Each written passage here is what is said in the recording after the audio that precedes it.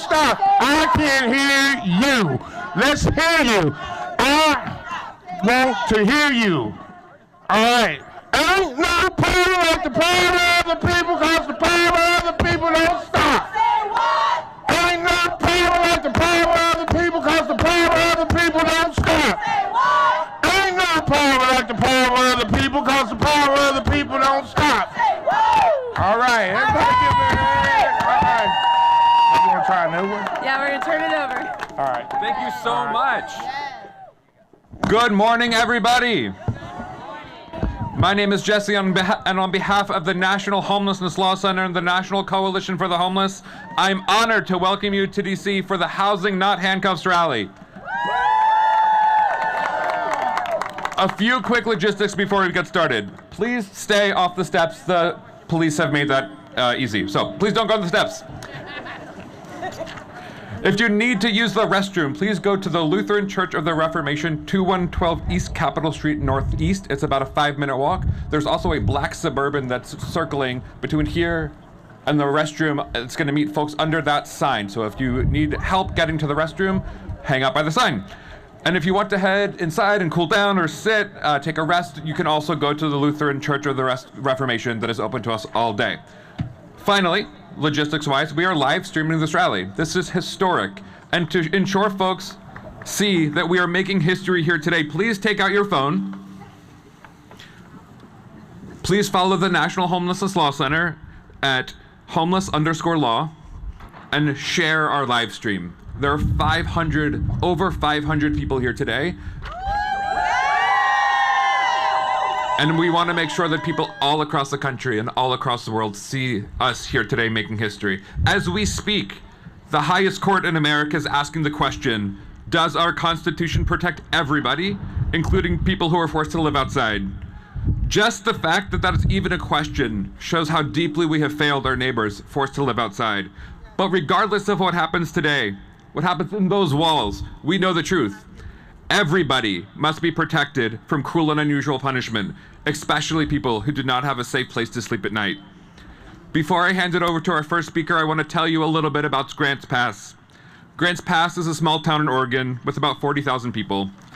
While today's case starts there, it will have profound impacts on the way cities across America respond to the growing homelessness crisis. Today's case could make it easier for cities to throw our unhoused neighbors in jail for the simple and human act of sleeping. Or it can push cities to focus on proven solutions to homelessness like housing. Grants Pass has no housing. There is essentially a 0% vacancy rate. And like all of America, half of renters in Grants Pass struggle to pay rent. Grants Pass also has no shelter. In fact, they just turned down potential funding from the state of Oregon to build needed shelter and housing, even though $200 million was available statewide for this very purpose.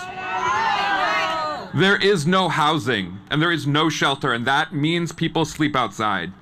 And instead of responding to homelessness with things that work, like housing, Grants Pass responded with $295 tickets, and even threw people in jail for wrapping themselves up in a blanket. Shame. Can you imagine anything more cruel and unusual than throwing somebody in jail for using a blanket in the middle of the freezing winter? I can't, but that is just what Grants Pass did.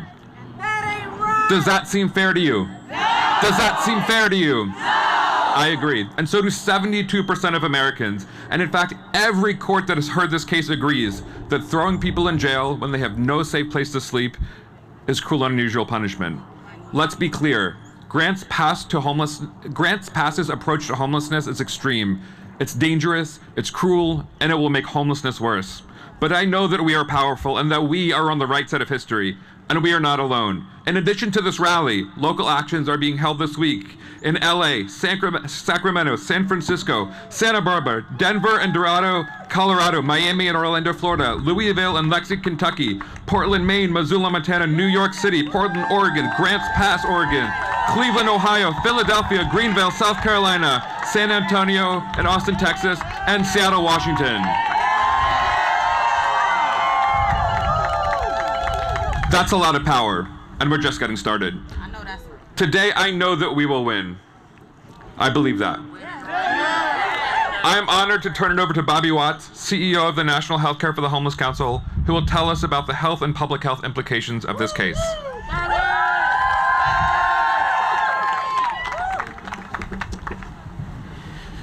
Good morning. Today is a great day. It is also, as Jesse said, it is a sad day. While it is an honor to stand with you in front of the highest court in the land, coming together as a community committed to justice, it is a tragedy that we must be here at all. The inscription on this building says, "Equal justice under law," but we know that not all laws are just. We know that it is not right to punish people without homes for things outside their control, like living outside a home. Justice doesn't look like that. I come with over 30 years of experience as a public health professional working at the intersection of healthcare and homelessness. Most importantly, I bring the collective experience of the thousands of healthcare providers, administrators, and people with the lived expertise of homelessness who guide and lead the work of the National Healthcare for the Homeless Council. Now, when people think about homelessness, they often don't think about what being without a home does to health. So our message is, homelessness is hazardous to your health. People without homes experience chronic illness and disease at higher rates, and every condition is harder to treat when someone is not in stable housing. How can an unhoused person follow doctor's orders to rest, keep your feet up, keep your medicine refrigerated and take it with 3 meals a day, and get 8 hours of sleep? They can't. The prescription our clinicians want to write is housing. We need housing. We all know that sleep is important, but did you know that the lack of consistent good sleep causes and perpetuates a range of serious health conditions such as high cholesterol, endocrine diseases, cardiovascular diseases, and decreased mental functioning, among others? This is particularly important when we are evaluating this law, because this law makes it inevitable that people will have their sleep interrupted constantly, simply because they have no place to sleep except outdoors. Did you know that sleep deprivation is actually considered a form of torture under international law? Now, I believe that the good citizens of Grants Pass do not want to see unsheltered people in their community suffer. But this law does nothing to solve homelessness and doesn't even make a pretense of trying to help the individual. It only seeks to find them, punish them, and move them from one spot to another. It is guaranteed to make suffering and homelessness worse. The solution to unsheltered homelessness is housing, health care, and supportive services. We know they work. Within 8 years of helping to start the first street medicine program in New York City, we saw a 72% reduction of street homelessness in the Bronx. Most people went into housing where they received health care and supportive services. They got housing, they got treatment, they got better, they stayed there and didn't return to the streets. Yeah, that's worth celebrating. So, if overturned, Johnson versus Grants Pass will make it harder for unhoused people to get the care and the services they need. It will perpetuate health disparities and cause more unhoused people to suffer and die prematurely. Laws like this must not be allowed in our country. I'll say it again. Homelessness is hazardous to your health. And the solution is housing, health care, and supportive services. That's what justice looks like. Thank you.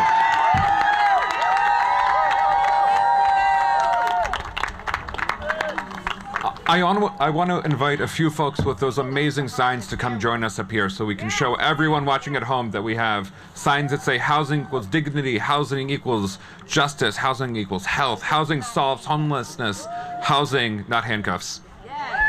Housing is a human right.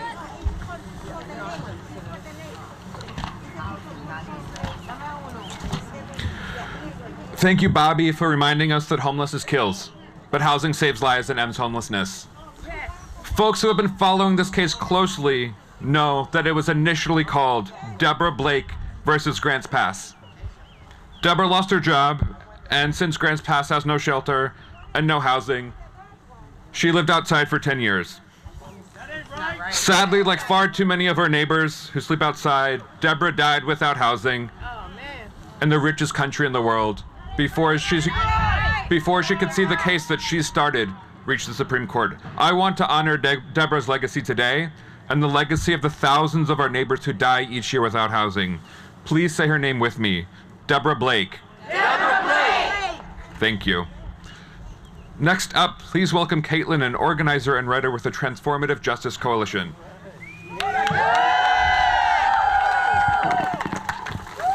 I am 31 years old.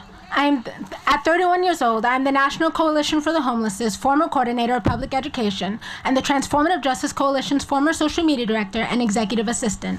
I'm a professional poker player making over $190,000 last year and the Voting Rights Alliance's VRA Black History Series author. None of this would have been possible without me obtaining my associate's degree in paralegal studies, but I almost couldn't graduate because 90% of the time I was in college, I was homeless. For the majority of 5 years, family disagreements led me to living on the streets. In 2013, when my adoptive mother kicked me out the last 3 weeks of my second college semester, I went to the Department of Social Services. This being the second time I was unhoused, I thought I knew what to do. Instead, DSS told me to drop out of college because I wouldn't be able to make the 5 p.m. curfew imposed by the only shelter that had a bed available since I went to night school, worked during the day, and took public transportation. It was the last bed left too, so I would have to quit college immediately. I chose to get an education. Graduating with honors in 2016 and immediately working with lawyers such as Barbara Arnwine. I first became homeless in 2010 at 18, when I left my adoptive mother's house rather than constantly arguing. 8 months later, one of the times I was raped resulted in a pregnancy.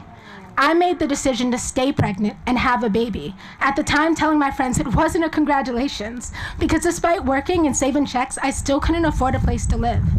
There was a public park that allowed homeless people to sleep at night, and the police shooed us away early in the morning. It wasn't ideal, but it was better than being raped by trusting to stay in a stranger's house or not being able to work because of a shelter's curfew, remote location, or strict rules. I fondly remember the first night I slept on a bench in this park, 4 months pregnant. I woke up unexpectedly warm and feeling valued because other homeless people decided to selflessly cover me with their blankets since they thought I looked cold. In the city of Grants Pass, I would have been ticketed and arrested because Grants Pass has taken the most extreme posture possible. There is literally nowhere at no time where people living outside can sleep with things like a blanket or pillow. I know deep down you understand that getting out of homelessness isn't easy because you work your whole lives away so you don't have to sleep on the streets like I did. No matter your family situation, your race, your religion, your background, or whether you work or go to college, every single person deserves a safe place to sleep.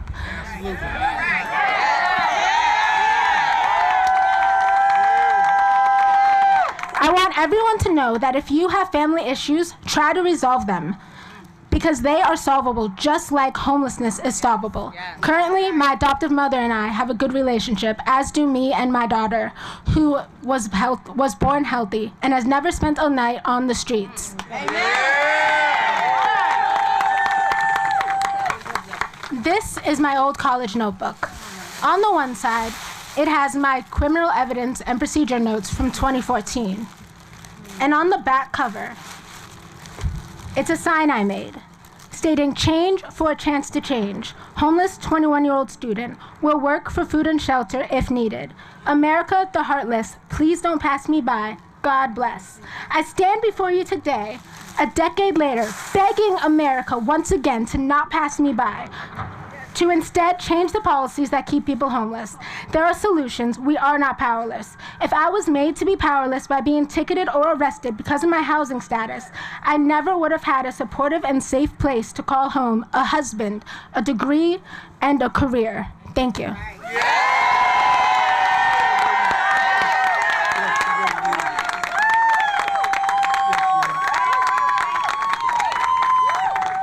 Thank you, Caitlin, so much for sharing your story and for your leadership.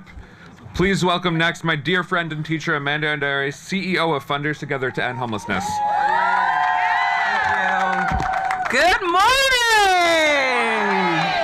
I come to you today not just as the CEO of Funders Together to End Homelessness, but as an ordained deacon at Martin Luther King Christian Church in Reston, Virginia. And many of my congregants, my fellow congregants, over 60 years ago were at the March on Washington for Jobs and Freedom, where they chanted, "Until freedom," right? Until freedom. And in my faith tradition, we often talk about our joys and concerns. Today, I come to you with many concerns, but also joy, because I have hope that our collective concerns about homelessness can be solved when we work together. I have a concern today, folks, because sometimes the people of God, those who want to live out our faith in this world, forget that means radical love and hospitality.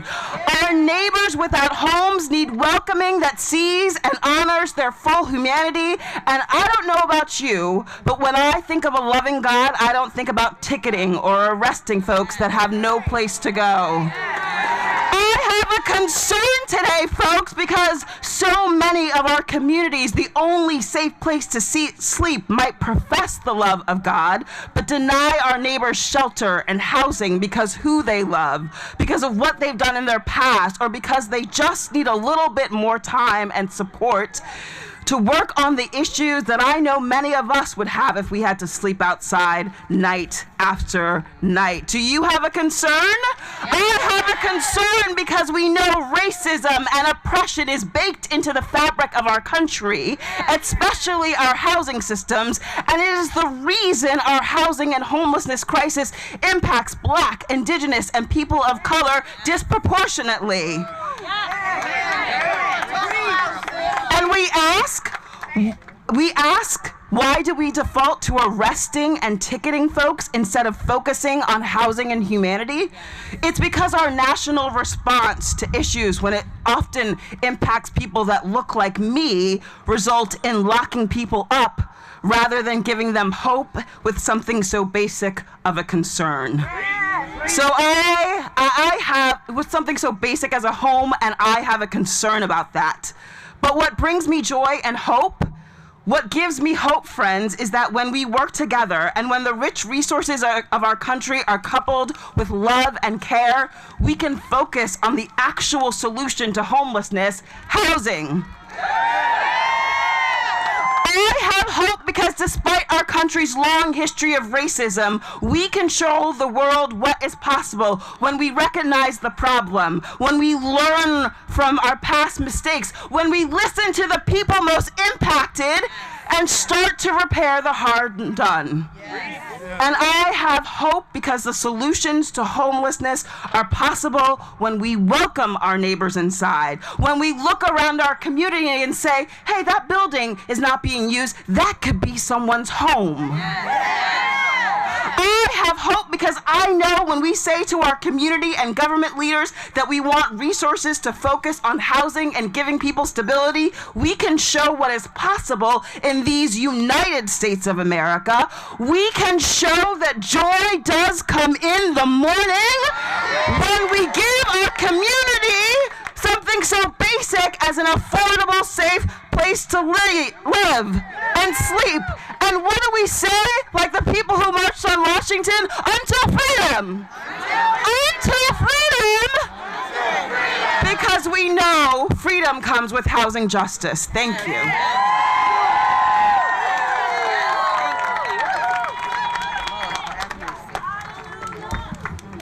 Thank you, Amanda. The Jewish holiday of Passover starts tonight. And at its core, Passover is a holiday about collective redemption and liberation. And I know that I am not free while 600,000 people in this country sleep outside every night. I know that we are not free while cities and states throw people in jail for the act of sleeping. And I know that we're not free as a country until we end and solve homelessness. So as we head into Passover, I'm bringing that with me, that ending homelessness is a moral act. And I know our next speaker, Reverend Dr. William Barber II, agrees. I am very, very honored to introduce Reverend Barber. Please give it up for him. Yeah, we're out of order, so.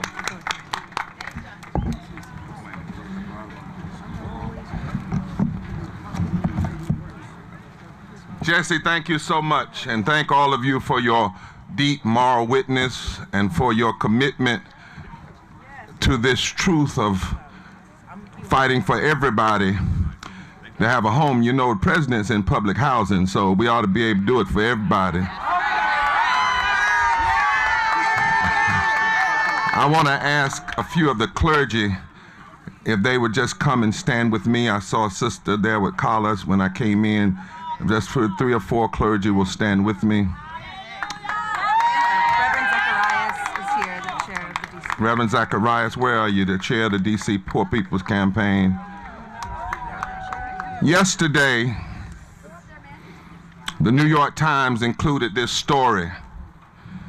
Inside a warming shelter, Laura Gotowiski detailed how her life had changed since she became homeless 2.5 years ago in Grants Pass, a former timber hub in the foothills of Southern Oregon. Not in the Bronx, but in Southern Oregon, and I want to make a point of that, not to divide, but to unite, because this reality is facing us everywhere. Her husband's death left her without a steady income. She lived in a sedan and then in a tent in sight of the elementary school where her son was once a student. She constantly scrambled to move her belongings to avoid racking up more fines from the police. And she said, "I never expected it to come to this at 55 years of age." When I read the story, I thought about a camp I had visited in North Carolina where a woman had lost her job at a furniture factory, swept the dirt in the homeless camp to welcome us to her home in the woods where black and white and brown and children were living. And Helen said to me, "I may not make it out of here, but please don't forget me and tell people what's really happening." I thought about Leon, whom I met at a camp outside of Aberdeen, Washington. And he asked me why this country could trust him to operate $1 million equipment in Iraq, but couldn't trust him to flip a hamburger right here at home. And why he was homeless, his fiance was homeless, and he watched his brother die homeless. According to the federal government, there are only 670,000 unhoused people in the United States, but I'm here today to say that's a lie. Somebody's been lying and it's gone on far too long. Come up here, Yara. And we can't be silent anymore. It's not only a lie, it's a damn lie.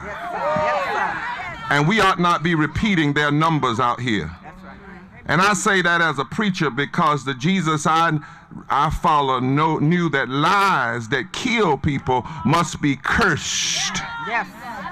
Repairers of the Breach, the Kairos Center, Liz Theo Harris, and the Poor People's Campaign commissioned a study a few years ago that found there is not a county in this country, in the 21st century, in the wealthiest country in the world, where someone working a full-time job at the current minimum wage can even afford a basic 2-bedroom apartment. Not one county. Yes, Lord. Yes, right. Yes, that's right. More than 50 million Americans today earn less than a living wage of $15 an hour.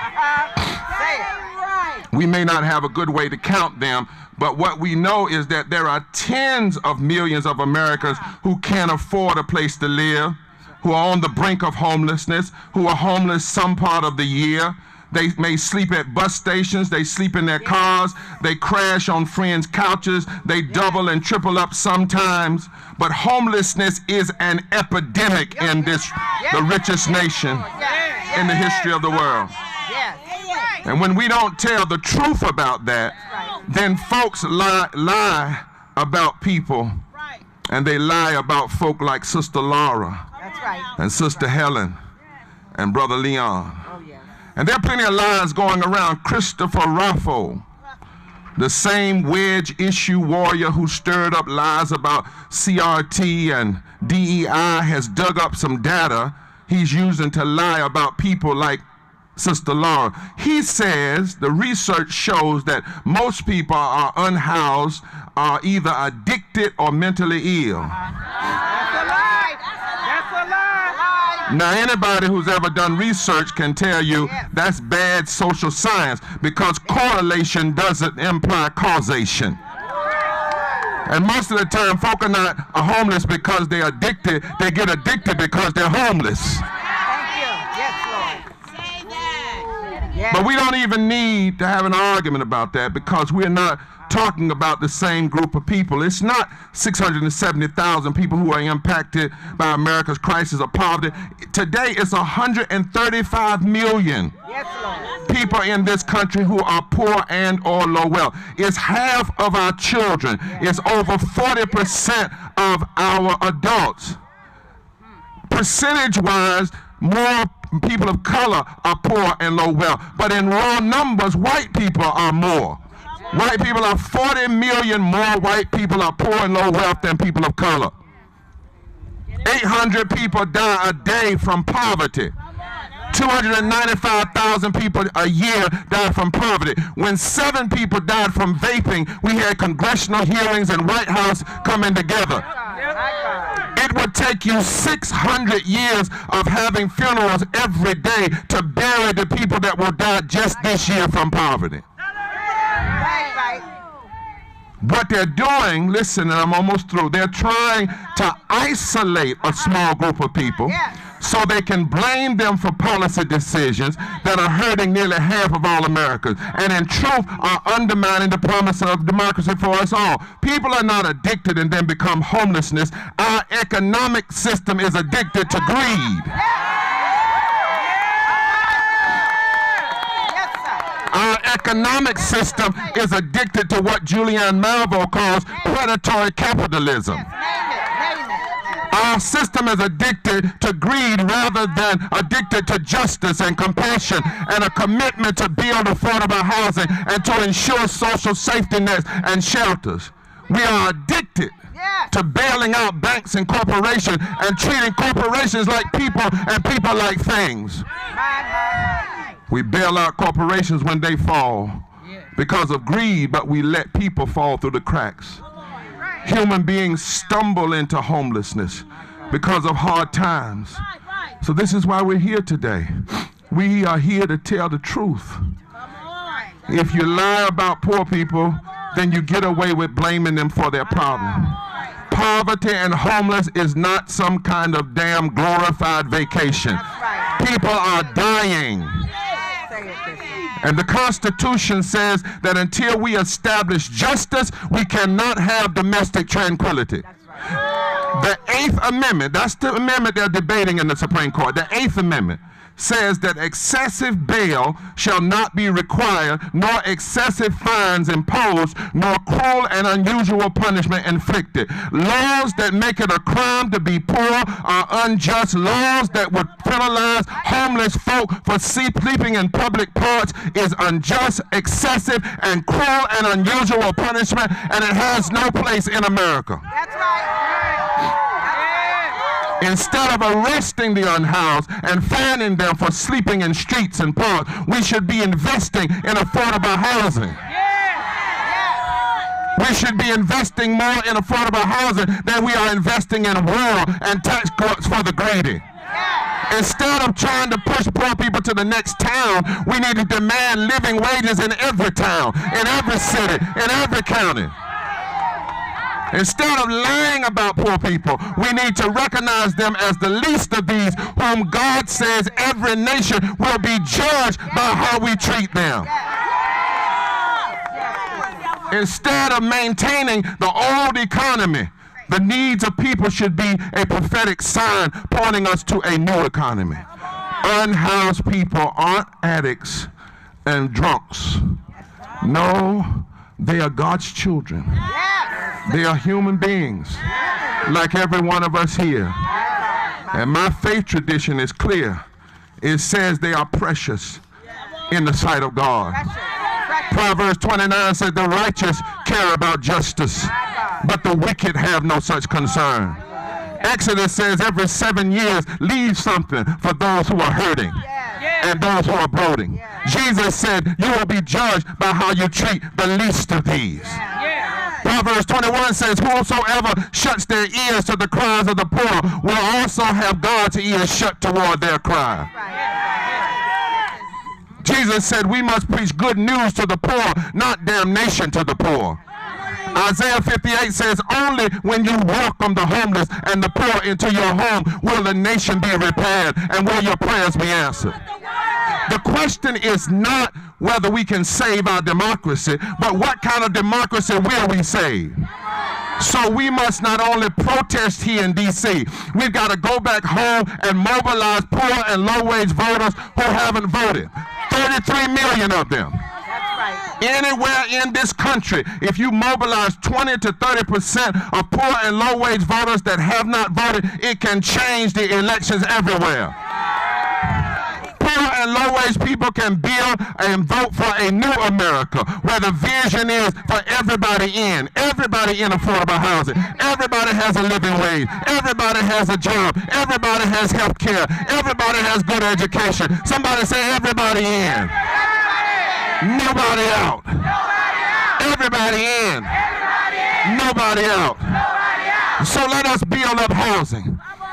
Housing that will not tear down the homeless, but will lift up the homeless. Let us respect the humanity of the homeless, rather than embrace the inhumanity of persecuting them. And let us stand, let us fight, let us speak, let us pray, let us vote until the day when all of this place experiences one nation under God with liberty and homes and living wages and health care and education and voting rights and justice for all. It is our time. It is our time. It is our time.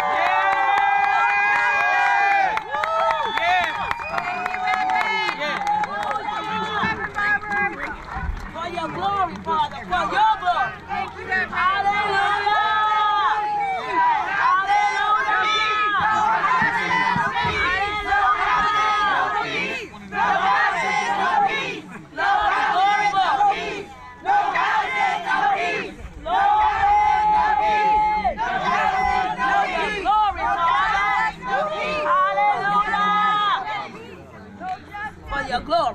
We thank you, Reverend Barber. Thank you. Hallelujah.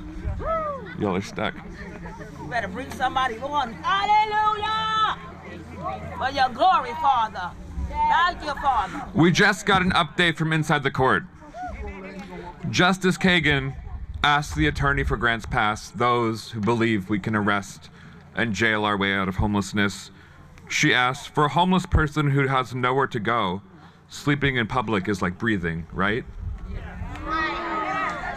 She also told the attorney for Grants Pass that you're on the wrong, that, quote, you're off on the wrong track when thinking about this issue. But speaking of Grants Pass, the town where this case started, it's important to remember that Grants Pass was a sundown town. A town that prevented black people from living there.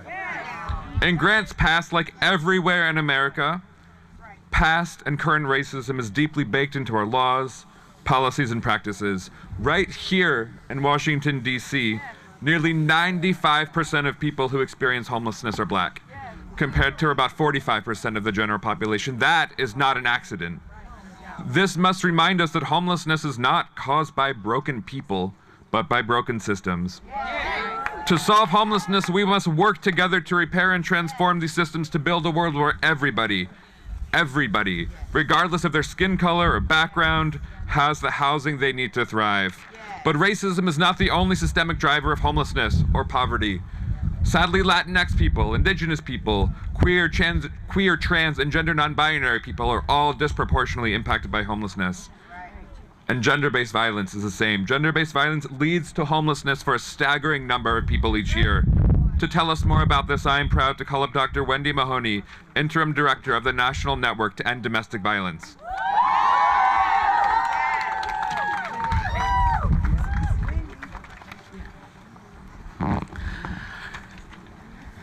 Good morning. Good morning. I am Dr. Wendy Mahoney, Interim President and CEO for the National Network to End Domestic Violence.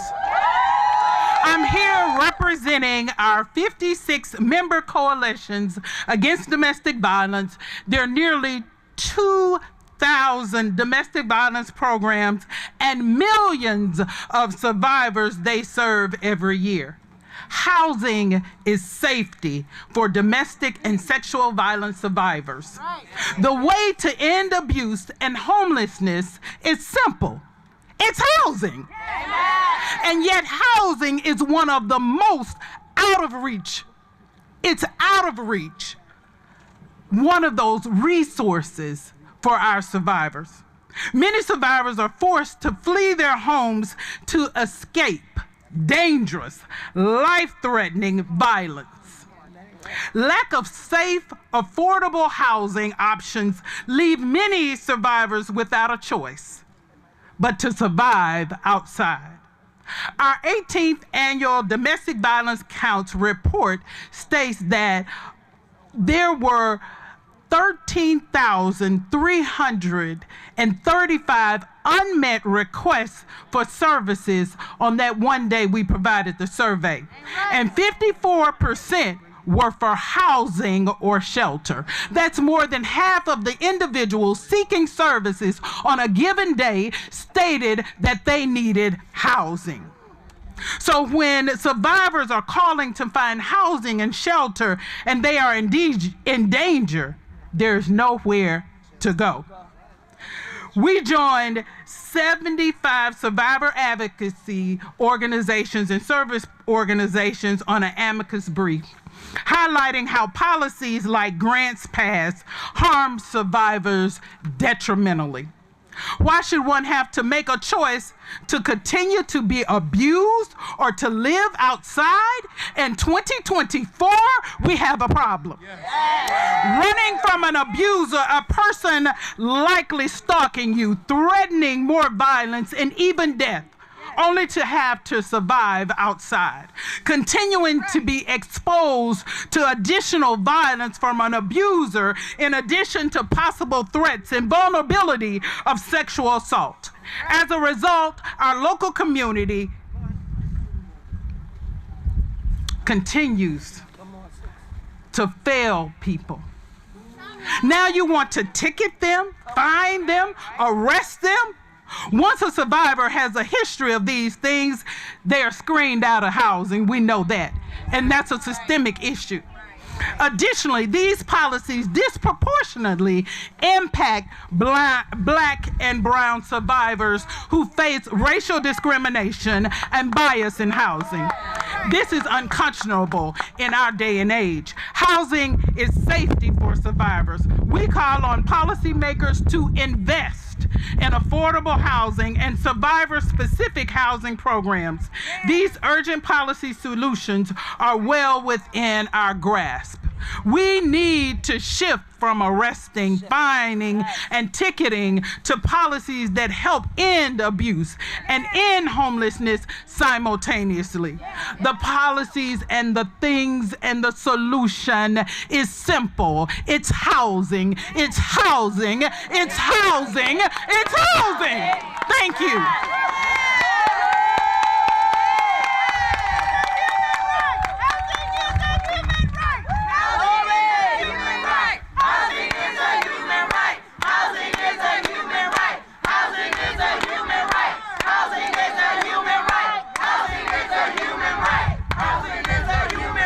Glory. Absolutely. As a millennial, I've never known a country without mass homelessness. But America's present homelessness crisis did not began in the 1980s when the federal government slashed funding for housing and safety net programs, and they have kept cutting until this day. But when people see someone living outside, they don't call the White House, they don't call their senators, they call their local elected officials. Sadly, more and more local elected officials are pushing for jails and tickets, not housing and services, but local leaders have immense power to change things for the better. And Alderwoman Alicia Saunier from the 7th Ward of Louisiana is using her power. St. Louis is using her power to push for a city where everyone has housing. Please give it up for the Alderwoman. I'm so sorry. Okay. My father is from Louisiana, but I live in St. Louis, Missouri. All right. Thank you all. Nearly 10 years ago, the events leading to the Ferguson uprising sparked a fire within me, a commitment to public service. Today, I'm honored to contribute to our city's progress and represent the voices of my community as Alicia Saunier, Alderwoman for the 7th Ward of the City of St. Louis. Every single one of us deserves a safe space to lay our heads at night. But my whole life, I've seen how it can feel like a luxury for someone to be able to afford a stable home. As a local elected, I see on the ground every day in my community how cruel and ineffective policies put cities in a position when we don't have enough shelter capacity and laws on our books that focus in on banishing away, fining, and arresting our unhoused neighbors. Our unhoused neighbors are people too. With dignity, with emotions, with hopes and dreams. And that's why I know that the best way for local elected officials to address homelessness is to provide them with a place to call home. Punishing people for trying to survive outside is not only dehumanizing, it's ineffective. I know that I and people like me remain disproportionately impacted by the issue of homelessness. In St. Louis, our Black residents are 4 times as likely to be unhoused than our white residents. 20% of the children who attend St. Louis public schools, which is estimated to be an 80% Black district, experience housing insecurity. That ain't right. Nationally, we know that majority of unhoused women are searching for safety and from domestic violence. These are cruel facts, but in today's America, the way that we treat our unhoused community is not unusual. St. Louis, like so many other cities, struggles with having appropriate and adequate space for unhoused families. I think of Ms. Hosen, a passionate elder, healthcare worker, who, after becoming a widow, was unable to afford her home and couldn't find shelter space that would accommodate both her and her 14-year-old son. I think of the Echoes, a married couple who came home one day and found all of their belongings strewn across their rental unit with an eviction notice, only to find that there was not enough shelter in our city to accommodate them and keep them together as a family. That ain't right. I think of myself, my teenage self, my mom, my little brother. We were forced out of our home when my mom returned home from a concert too late for her husband's taste. He met my mom's late arrival with violence, and the next day while he was at work, my mom, my little brother, and I, 2 men in a truck, packed up everything that we owned and moved. This is cruel, but this is not unusual. As a member of Local Progress, a network of 1,400 local elected officials fighting for racial and economic justice, I know that this is not something specific to St. Louis. From coast to coast and everywhere in between, in small towns and big cities, we're seeing how many of our most vulnerable are affected by homelessness and how $100 tickets and jail time continues to devastate our communities. That's why 156 local elected officials signed on to support Gloria Johnson and tell SCOTUS to support solutions that provide people with needed housing. So what is the solution? Providing people with permanent, stable housing that meets their needs and services like healthcare, case management, mental health support, and income coaching. That's why in St. Louis, I introduced an unhoused Bill of Rights, and we are working to make it easier for our city to build needed shelters to bring people experiencing homelessness into an eventual place that they can call home for the long term. And we got so close during our last legislative session with the split vote that just came 1 vote shy. And this isn't just in St. Louis. In Houston, Philadelphia, Denver, Oklahoma City, New York City, we have seen that the solution to homelessness is to provide the full spectrum of housing. The places spearheading these policies are seeing unhoused residents find permanent, stable housing at higher rates than others, and capitalism should like this, at much lower cost than other cities. It is cheaper to house people than to incarcerate them.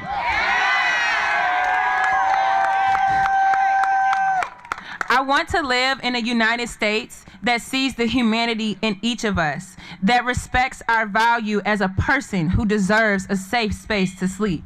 I want to build a country that lifts all of us up together, especially when we are at our most vulnerable. We are the ones we've been waiting for, and it's our policies, our laws, and our practices that show what our values and our character truly are. Thank you.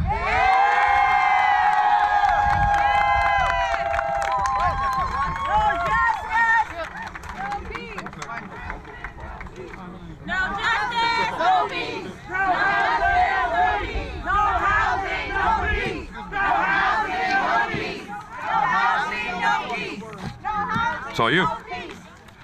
Brothers and sisters, we want to do one thing in the middle of this. Just give it up for Jesse, too, and all of the organizers. Quickly say, housing is a human right. It shouldn't be Democrat or Republican, just a human. And let's make sure we don't pit ourselves against each other. When we do the stats, tell all of them. Homelessness among black people, homelessness among white people, homeless among Asian, homeless among indigenous, homeless among Asian, Latino, because what they want to do is split us up and marginalize folk and make issues. Somebody just told me to say low wages and low income. Don't just say one or the other, right? You see what I'm saying? Make sure we use the language that doesn't trap us in their language and their numbers, which means everybody in, nobody out. So on June 29th, we're calling for a mass poor people, low-wage workers assembly, moral march on Washington and to the polls on Pennsylvania and 3rd at 10 o'clock. Want to ask all of you to tell somebody and join it. We're inviting impacted people, poor and low wage, low income, religious leaders, advocates. And one of the things that we're doing, lastly, is this is the 60th year of Freedom Summer. Did you know that in Wisconsin, Pennsylvania, North Carolina, and Michigan, in the last election, the total margin of victory was only 270,000 votes. The number of poor, low-income, and low-wage voters that didn't vote, they were already registered, was 4 million. Which means if just 5% were to move, we determine, poor, low-wage folk now make up 30% of the electorate and 40% in battleground states. Nobody's talking about that because they don't want us to know that God has fixed it so that the stones that the builders rejected now have power. So Yara's gonna sing a song to remind us, we want everybody to join in. It's called Somebody. Which one you gonna do? I'm gonna let her come. But you gotta have a movement that sings too.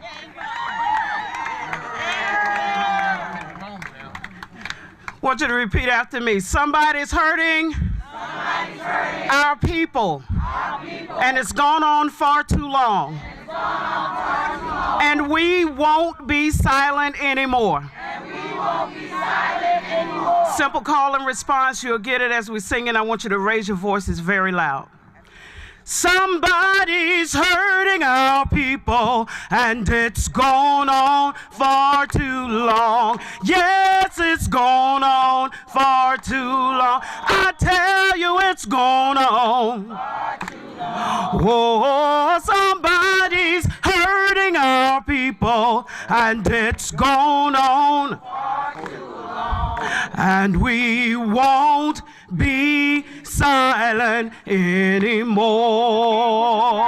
Did you hear? Somebody's hurting our children, and it's gone on. Yes, it's gone on. I tell you, it's gone on. Yes, somebody's hurting our children, and it's gone on. And we won't be silent anymore. Did you hear? Somebody's hurting our people, and it's gone on. Yes, it's gone on. I tell you, it's gone on. Yeah, somebody's hurting our people, and it's gone on. And we won't be silent anymore. I see a sign over there. Yeah, somebody made sleeping a crime, y'all, and it's gone on. Everybody. Yes, it's gone on. I tell you, it's gone on. Oh, somebody made sleeping a crime, y'all, and it's gone on. And we won't be silent anymore. Here's the last one. Oh, if we've been just a little too quiet, you know it's gone on. Far too long. Yes, it's gone on. Far too long. I tell you, it's gone on. Oh, if we've been just a little too quiet, you know it's gone on. Far too long. And we won't be silent anymore. And we won't be silent. And we won't be silent anymore. One more time. And we won't be silent anymore.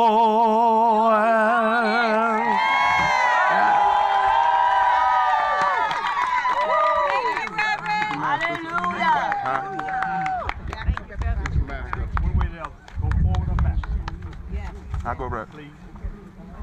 Can he go forward, please? Yeah. Well, let me get give him time. Give him time. Yes. Thank you, brother. Thank you, brother. Thank you. Thank you. Donald, I'm going to call you up. Thank you. Right there's good. Going back to the corner. I'm going back to the corner. Our next speaker, Donald Whitehead, needs no introduction. Donald fiercely leads the National Coalition for the Homeless and is a world-renowned expert on homelessness. Donald always reminds us that if we are not centering the voices of people who have been homeless, we are not actually doing the work of justice. Donald, thank you for your leadership. It's an honor to pass the mic over to you. Absolutely.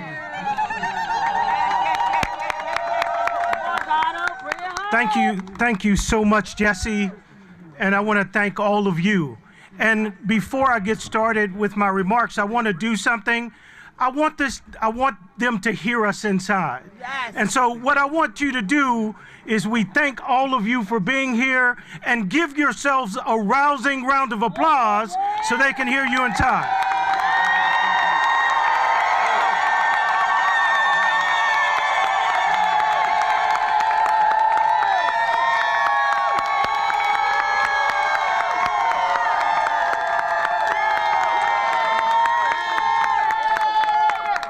So again, I want to thank you all for being here today.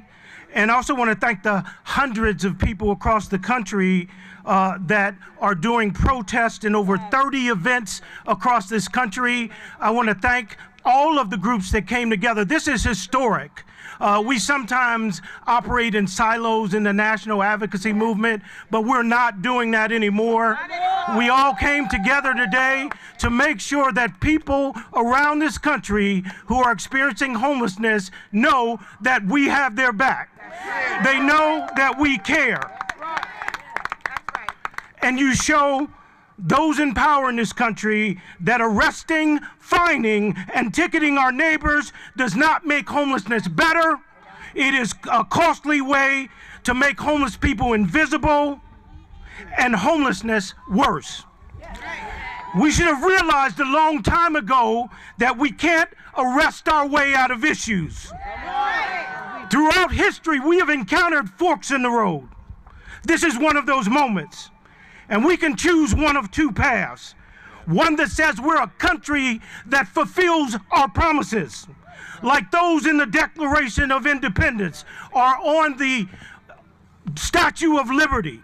Give us your tired, your poor, your huddled masses, yearning to breathe free, the wretched refuse of your teeming shore. Send us these, the homeless, tempest-tossed to me. Or we hold these truths to be self-evident, that all men are created equal, that they are endowed by their Creator with certain unalienable rights, and among those are the rights to life, liberty, and the pursuit of happiness. Sadly, we are compelled to continue a path towards constantly breaking those promises, subjecting our neighbors, our veterans, our seniors, and our children to harsh penalties for a lifestyle that they do not choose. People do not choose to be homeless. They are forced into homelessness by a safety net riddled with holes. Homelessness is not the result of a moral deficiency by people experiencing homelessness.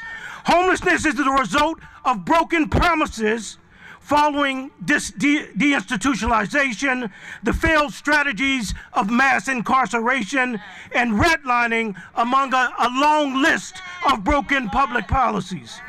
Because of these failures, people experiencing homelessness are not met with open arms or compassion. They are confronted with handcuffs, fines, and violence.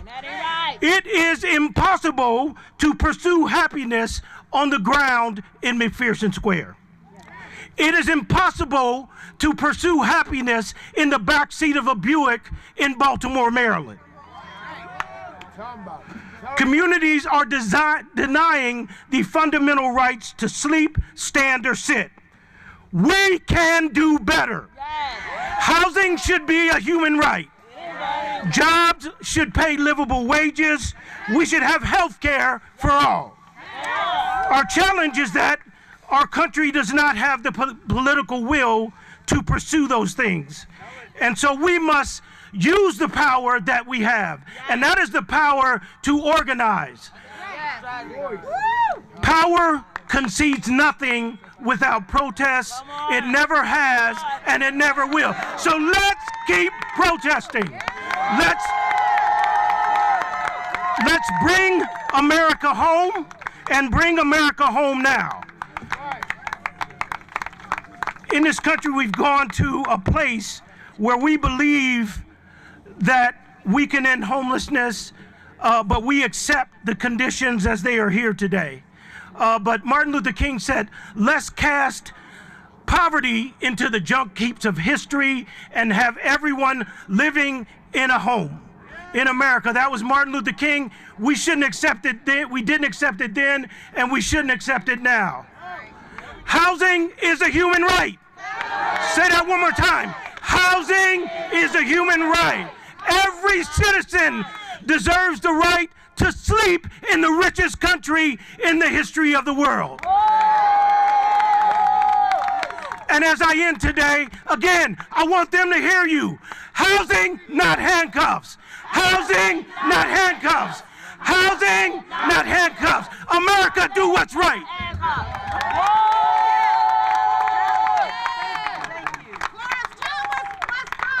Thank you, Donald. A little update from inside. Justice Sotomayor, where do we put unhoused people when every city, village, town lacks compassion? Where are they supposed to sleep? The response from the Grants Pass lawyer: this is a difficult policy question. Bullshit. Housing and homelessness, it is not difficult, it is not complicated. We've been talking about national things, national organizations, national movements, but right here in DC there's a homelessness crisis. And I'm proud to call up Dana White from Miriam's Kitchen, who's going to ground us in the fact that there are far too many people sleeping outside in Washington, DC. A lot of orders being assigned. Lindsay, let's do a chant real quick. We're going to do a chant as we get back to order. Yeah.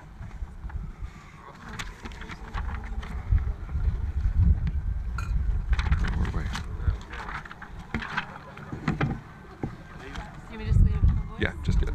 All right. So, this one's a little tricky. Can y'all hear all right? Yeah. All right. Here's how we do it. We go, 1, we want housing. 2, a little bit louder. 3, I still can't hear you. Honk, not handcuffs. 1, we want housing. 2, a little bit louder. 3, I still can't hear you. Honk, not handcuffs. 1, we want your housing. 2, a little bit louder. 3, I still can't hear you. Honk, not handcuffs. 1, we want housing. 2, a little bit louder. 3, I still can't hear you. Honk, not handcuffs. 1, we want housing. 2, a little bit louder. 3, I still can't hear you. Honk, not handcuffs.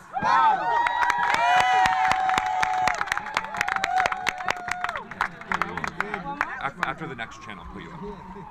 Yeah. Clarence Thomas must go. Good morning. And to those of you who traveled to be here and stand on the right side of history, welcome to DC. At Miriam's Kitchen, we not only serve thousands of meals weekly, but we operate extensive outreach to our unhoused neighbors right here in the district, and we provide support to around 300 residents in permanent supportive housing. We also convened the Way Home campaign, a coalition of 110 organizations and thousands of individuals who know that we can end chronic homelessness here in the district and nationwide with the proven and innovative housing solutions. In the coming weeks, though, DC government and the National Park Service plan to evict encampments in and around Ward 2. This will... Absolutely, shame. That ain't right. This will impact around 70 people, but here's the thing. On any given night here in DC, our local homelessness response system cannot guarantee 70 available shelter beds. Here in DC, like in Grants Pass, there's underinvestment not only in truly affordable housing, but the programs that both prevent and resolve homelessness, such as rapid rehousing, emergency rental assistance, permanent supportive housing, low barrier and safe emergency shelter. There's also administrative failure within local agencies to match people to the resources that they qualify for. Last year, of the 90 people who died on the streets here in DC, over half of them had vouchers but were not matched to housing. We know that fines and arrests and encampment evictions, arresting people for their survival, does not resolve homelessness. Housing does.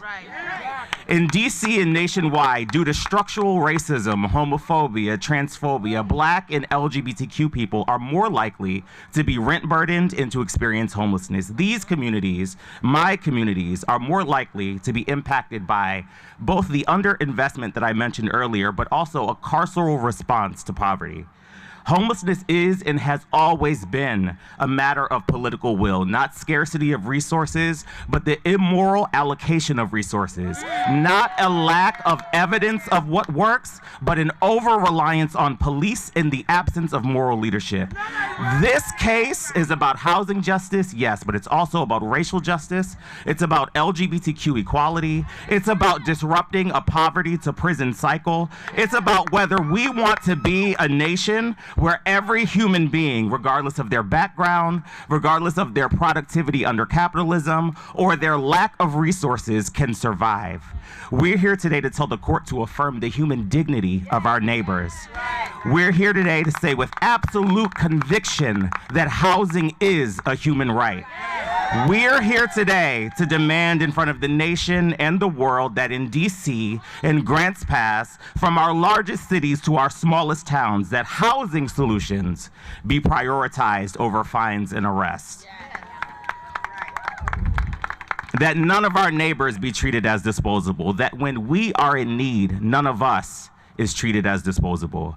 I thank you for your solidarity. Welcome to DC. I believe that we'll win.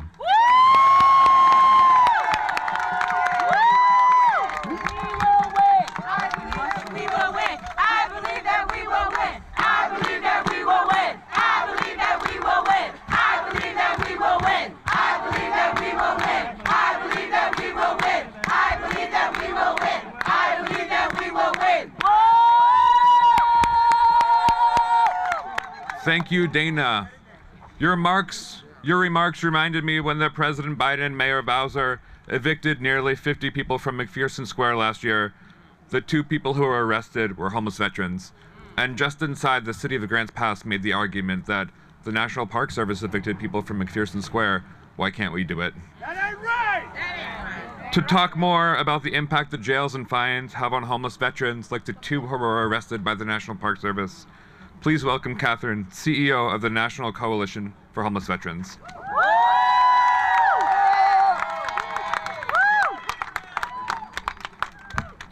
Good morning. Good morning. I'm Catherine from the National Coalition for Homeless Veterans.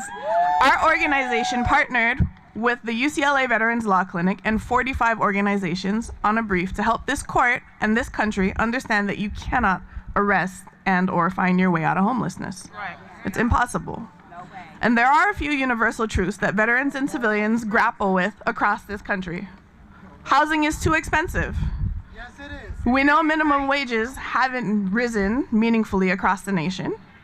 We know that so many people face challenges accessing healthcare services and other supports. And we know that persistent historical, racial, and other types of discrimination impact housing outcomes. While veteran homelessness decreased dramatically in the last decade due to local partnerships, increasing federal focus, and investments in proven solutions like housing and services, unsheltered veteran homelessness rose between 2022 and 2023. There are over 35,000 homeless veterans in this country on any night. And as a subset of the American population, the struggles of everyday Americans are familiar yet amplified in unique ways. Veteran homelessness has in fact decreased by over 50% since 2010, showing us that solutions for homelessness exist, not just for veterans, but for everyone. Right. Here's what works. We've seen increased federal investment and coordination. We've seen continued focus on housing-oriented solutions. We've seen enhanced employment services for homeless veterans. We've seen a lot of work done around inequities, and we've seen many other data-driven interventions result in progress in community after community across the country. You know what doesn't work? Fining and ticketing people who are outside, forcing them to move, and banishing them from their community. The court must understand that their ruling could have dire consequences for unsheltered veterans and for everyone. It's absurd to think that arresting, fining, and jailing anyone experiencing homelessness will do anything other than harm people for being impoverished. And it just makes it harder for them to get back on their feet. Like my peers today, we urge everyone to consider the needs of people who have to sleep outside and the overwhelming burden that ticketing and fines places on them.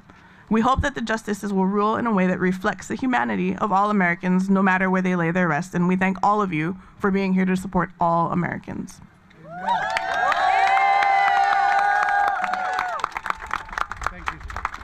Thank you.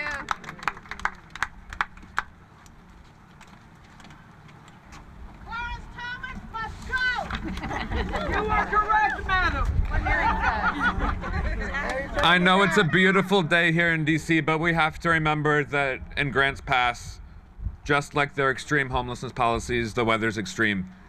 On Wednesday, it was 28 degrees. Yet under their extreme ordinances, Grants Pass locked people up and gave them tickets for wrapping themselves up in a blanket in the middle of a sub-zero winter. The cruelty is the point. I'm pleased to call up Dr. Rajni Shankar Brown, Chair of the Board of the National Coalition for the Homeless and Distinguished Chair of Social Justice Education at Stenson University, to help us connect the lines between homelessness, climate change, and justice.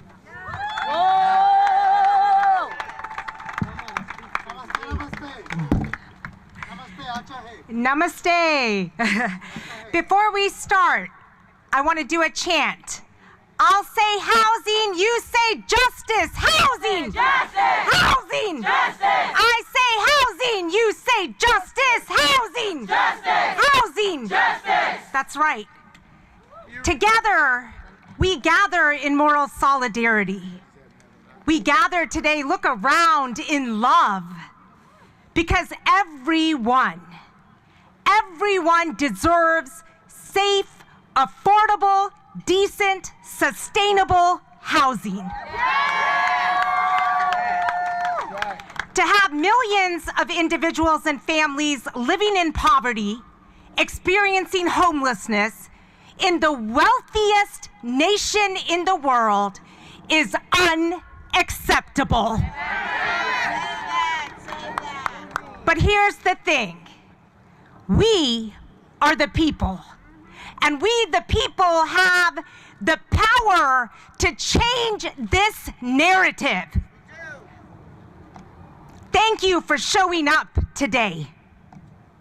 This is a movement about beloved community and a movement about love and justice, and it's going to take all of us. Yes. It is our collective responsibility to address the hardships and challenges of housing justice. We also need to recognize that the state of homelessness, a humanitarian crisis, is deeply intertwined with our environment. Today, as we gather, it is April 22nd, also Earth Day. Along with singing deep gratitude to Mother Earth, Ashanti Om, to our indigenous lands that we are on, it is also imperative that we recognize the deep connections between environment, housing, racial equity, and human life. Over the past year, we have seen an alarming escalation of extreme weather conditions. Historic highs with rising heat indexes, increased wildfires, dramatic sea level rise, intense weather storms with sub-freezing temperatures, devastating hurricanes, more rainfall, and flooding. And the toll on human life, our brothers and sisters, our children, our youth, our fellow human beings experiencing homelessness, the toll has been and continues to be grave. When I say housing, you say justice. Housing! Justice! Housing! Justice! These environmental catastrophes exasperate the plight of millions of individuals who are unsheltered, quite literally having to weather the weather. That ain't right. People unsheltered trying to survive. Homelessness in our nation reflects decades of failed housing policies, soaring rents, stagnant wages, intensifying climate impacts. It also includes diverse stories. It includes our veterans who have sacrificed to serve for our nation. It includes our grandmothers and grandfathers, adults above the age of 65. It includes our babies, our children, our youth, our future. And homelessness and environmental degradation disproportionately impacts Indigenous, Black, and Brown communities. But it impacts all of us. And it is up to us to work together to disrupt this unacceptable and criminal narrative. We must protect human life and our planet. Homelessness does not call for handcuffs. It calls for housing. Homelessness does not call for handcuffs, but calls for radical empathy. It calls for public health. It calls for a true democracy that honors our shared humanity. It calls for elected officials and those in leadership positions to do what is right. Homelessness calls on us, all of us, to build a coalition of coalitions focused on compassionate, real, sustainable solutions. Billionaire-backed organizations are actively pushing policies that are making things worse. The fact that billionaires are getting richer while people living in poverty struggle for basic rights, housing, and food compels us to question the morality of our systems and to collectively demand social change. Arresting and ticketing people who are simply trying to survive is not logical or humane. It is also counterproductive and far more expensive than investing in housing infrastructure. This is about humanity, it's about dignity, it's about all of us. America, the beautiful. Be beautiful. Be just. Invest in housing and make sure that people have opportunities to live. As we gather today, our rally is an urgent call to action, a vision for a more loving and just society where everyone has access to housing and the comfort of a place called home. We owe it to our children and to each other, and we must keep marching until all of us are home. When I say housing, you say justice. Housing! Justice! Housing! Justice! Namaste.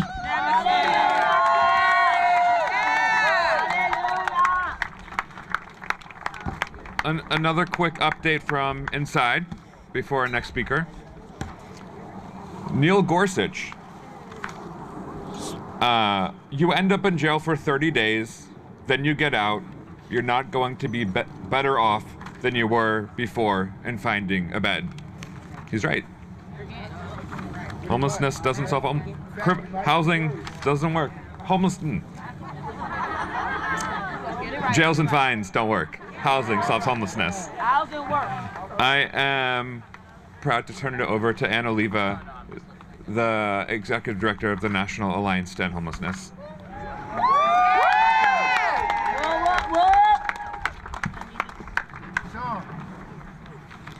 Good morning, everybody.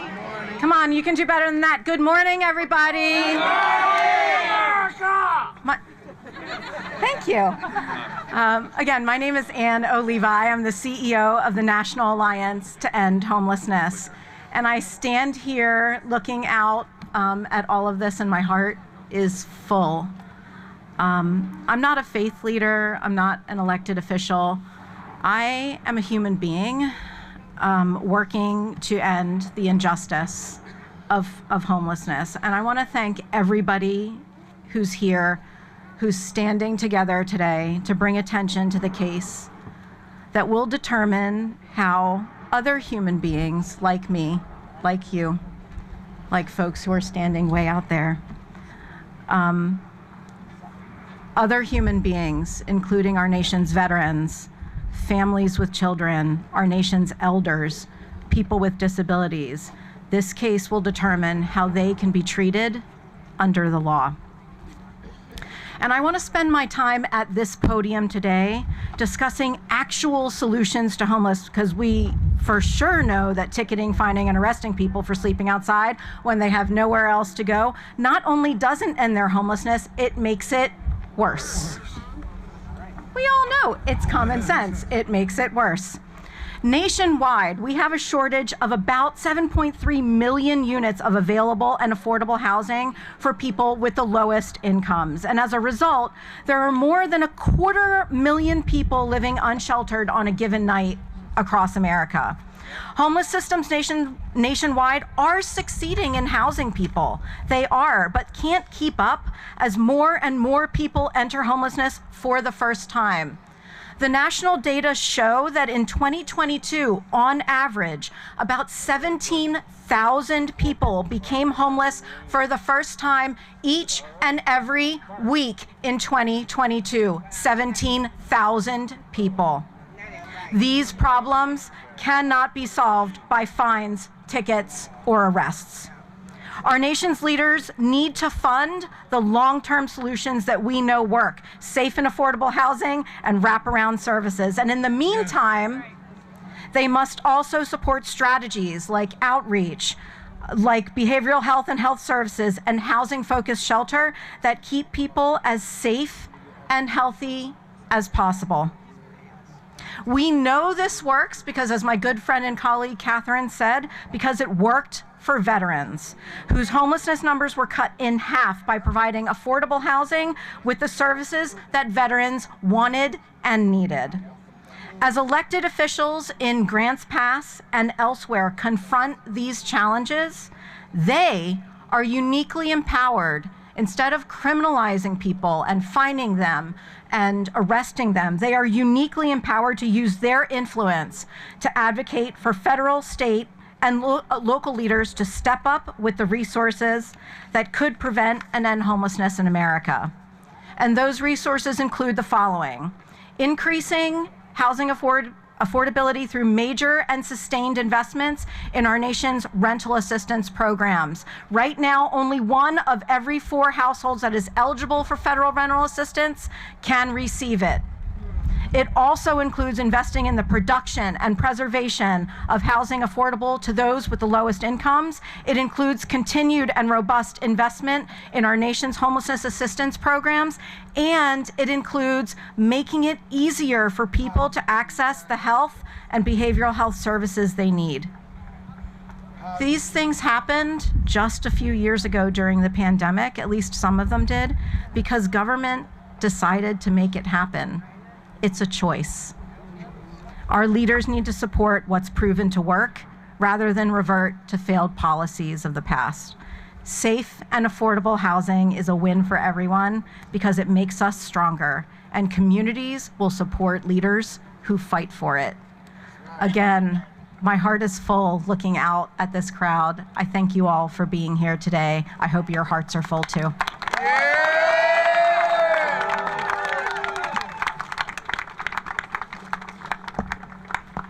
Thank you, Anne.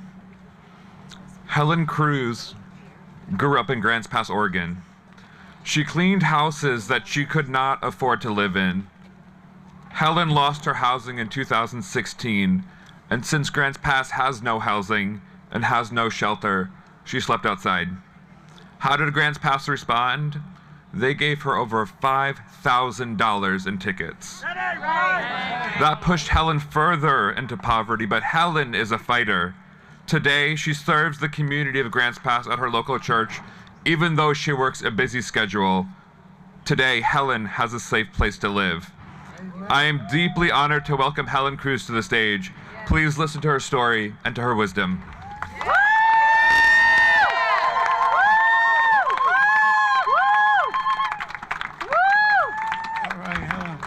everybody. Thank you for having me.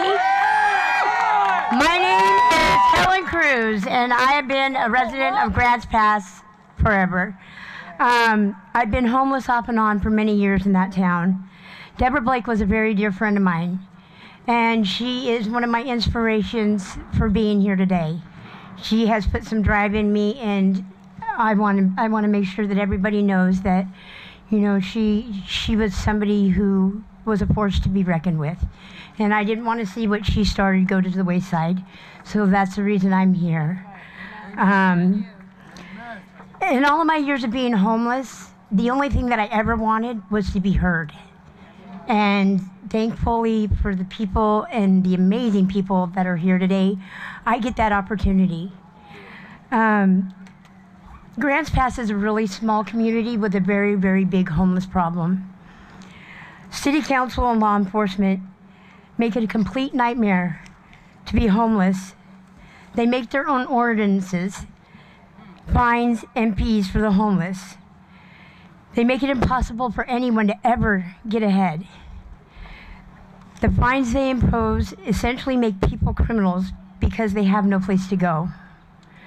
Nobody should have to be subject to intimidation, bullying, and live in fear of being punished because they don't have a home.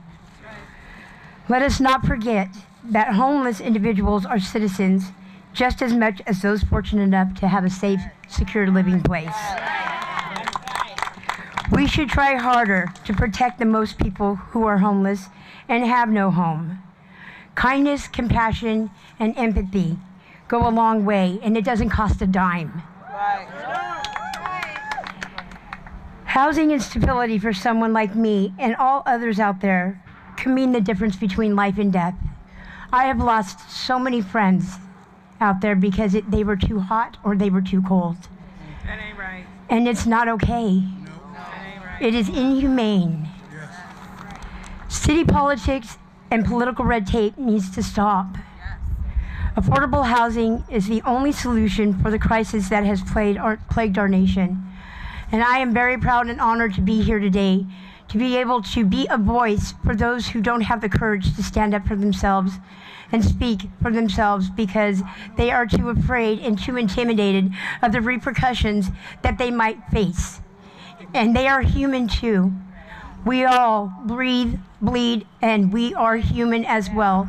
We may not have that white picket fence. We may not have those fine clothes that everybody else has. But in the long run, when the day is over, we are still human. And it is not okay to be put in a category that puts us less than anybody else. We deserve respect, dignity, just as everybody else does. And I do believe that there is a way to bridge this gap. And the sooner we do, the better off everybody's going to be. You know, people need to stop sticking their head in the sand and realize that everybody out here is human. And not only that, Jesus was homeless. You know, so it's like, you know, we're supposed to be kind to our others, our fellow man. And the sooner we start doing that, the sooner there's going to be a difference. And housing is the only solution. That is the only solution that is going to make it any kind of difference. I came all the way from Grants Pass, Oregon, first time I've ever been on a plane. Okay, but you know what? I am very proud and very honored, and I'm very humbled to have been a part of this, because I do believe somewhere it's going to make a difference. Thank you guys. Thank you very much.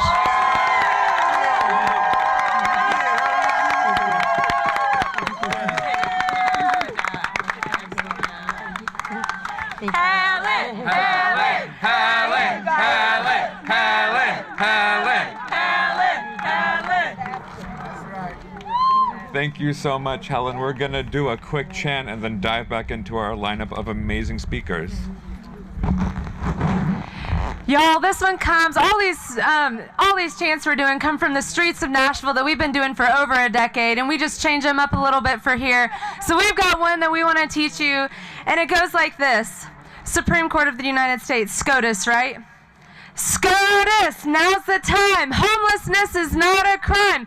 SCOTUS, now's the time. Homelessness is not a crime. SCOTUS, now's the time. Homelessness is not a crime. SCOTUS, now's the time. Homelessness, live in here. SCOTUS, now's the time. Homelessness is not a crime. SCOTUS, now's the time. Homelessness is not a crime. One more Sherman. When housing is under attack, what do we do? When housing is under attack, what do we do? When homelessness is under attack, what do we do? When homelessness is under attack, what do we do? Woo!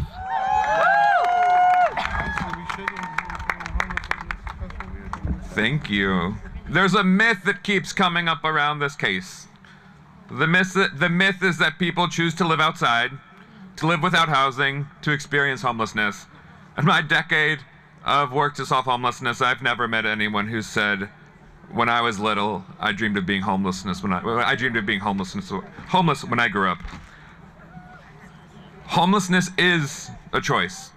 It is a choice made by our elected officials every day when they fail to fund the solutions that end homelessness. Solving homelessness is a choice, and to talk more about what choices our elected officials should and must make to actually solve homelessness, I'm proud to turn it over to Diane Yentel of the National Low Income Housing Coalition. You got it. I'm gonna take this down now. Okay. Thank you. I'm so glad to be here today with all of you to stand for the rights of unhoused people and to say housing is a human right. We all need a safe, decent place to live.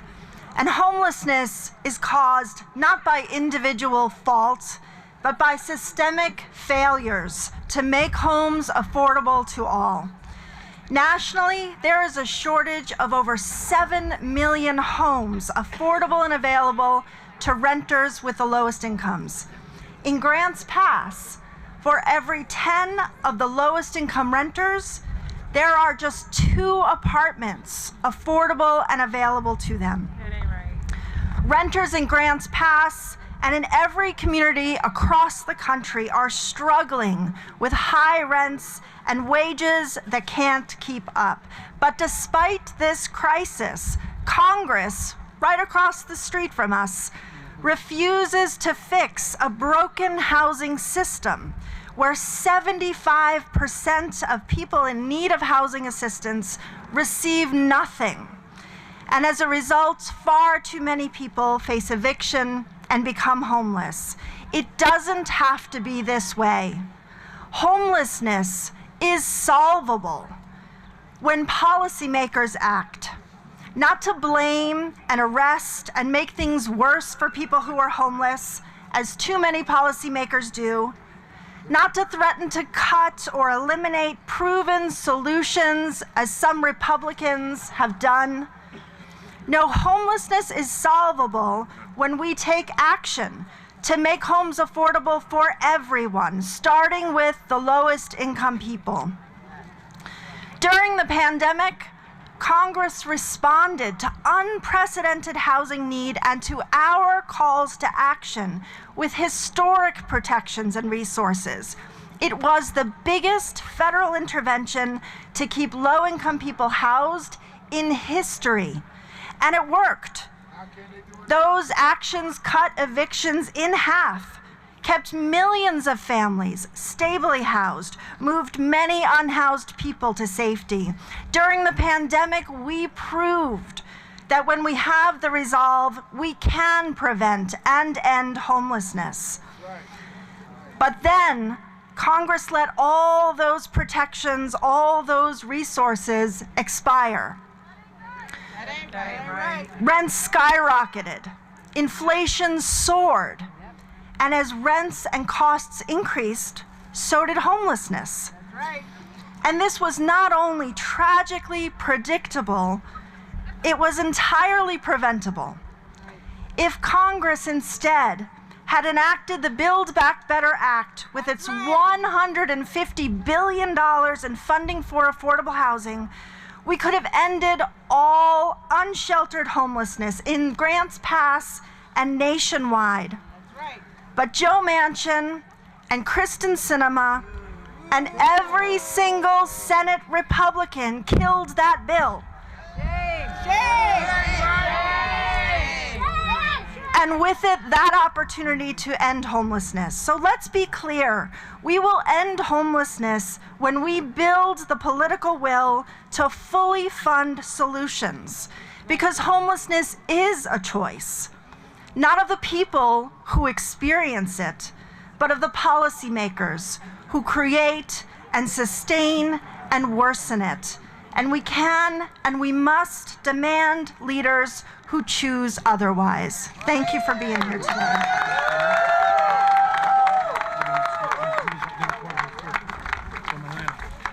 Thank you, Diane. Up next, please welcome Marcella Middleton, CEO of Away Home America. Thank you. Thank you so much. I am so nervous because I'm not just standing here for me, but so many young people across the nation who are experiencing homelessness. I think when you hear CEO, you feel like that's so important, right? But I think the important part about my role is that I have lived experience, and I'm the first CEO at our organization to have lived experience. Thank you. Thank you so much. That's so funny because I want to talk my shit up here.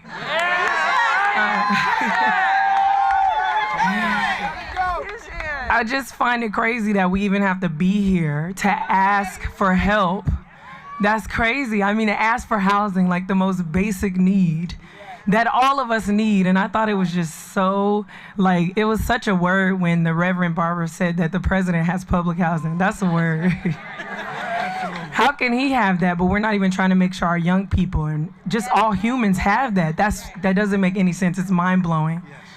I was with my young people this weekend, and I, been thinking about coming here, and I'm like, I don't want to go back home to them and tell them that, because about 90% of them come out of foster care and end up homeless.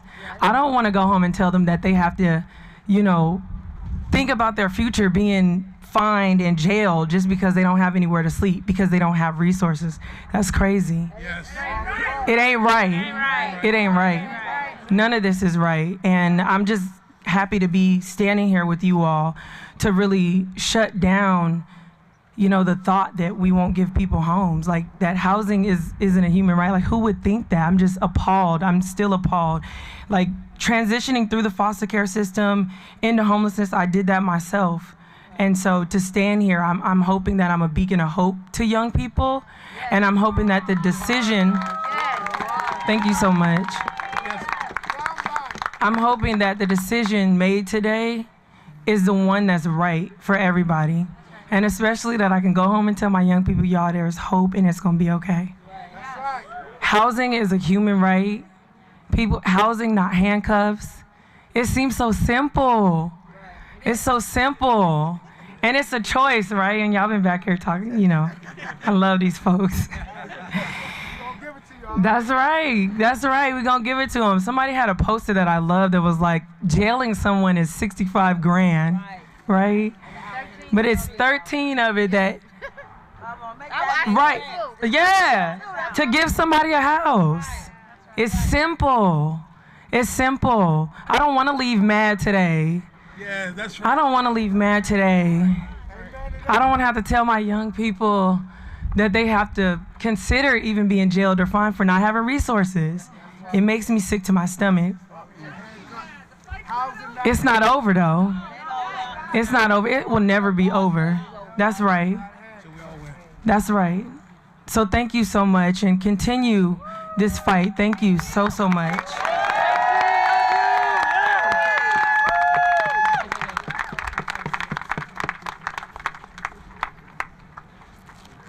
Marcella talked about hope. What gives me hope is that it looks like about 700 people from all across the country came here. We have buses from New York, from Philly, from Baltimore, Delaware, PG County, North Carolina, Indiana, Tennessee, Texas, Kentucky, people from across Texas, people from across the country came here to tell the Supreme Court, housing, not handcuffs. Let's keep this amazing energy going by welcoming Sherry Honkala, founder of the Poor People's Economic Human Rights Campaign.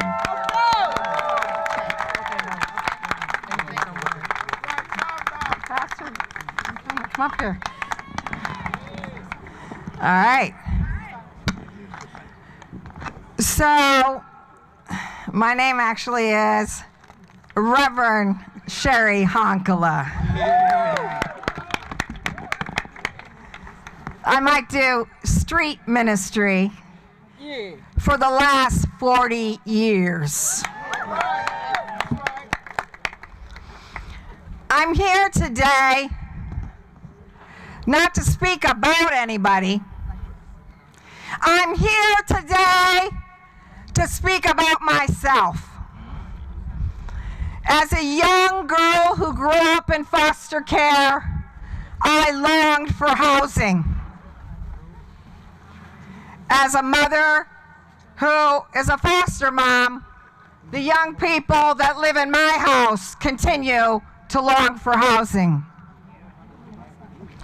When I was homeless, I lived in a car, and each and every night, I worried that my son, Mark, and myself would freeze to death at night. We didn't know if we'd have enough gas to keep the car warm. When we lived in Minnesota, I didn't know if I was gonna die. And that's what continues to drive my passion to this day. There's a lot of people in the anti-poverty work and the nonprofit industrial complex and in shelters too that continue to make money off the backs of poor homeless people's misery. Let's go. Say it. Say the truth. Talk about it. And 2 years ago, my son's father, with AIDS, 18 years of chronic homelessness, trying to find services in Philadelphia, died of a fentanyl overdose. Now, did he die from a fentanyl overdose, or did he die because he was denied services? Denied services. In our rich country, we have more abandoned houses than we have homeless people. And I see some of the brothers and sisters across this area here that I met because we traveled and helped you set up tent cities. We helped teach you how to take over abandoned houses. And we know what it's like to be out there on the lawn wondering if the Department of Human Services is going to snatch our babies only because we don't have a place to live or be homeless with our children.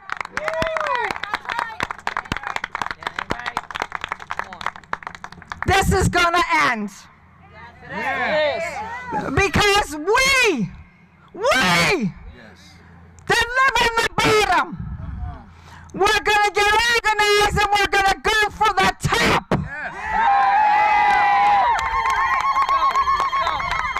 And stop all this stuff about this person is more homeless than this person. Damn it, we're on the Titanic and it's going down. With artificial intelligence. Say it again. Come on. We are creating the permanently unemployed in this country. So you might not be so close to the street today, but you might be tomorrow. So while you're in there making decisions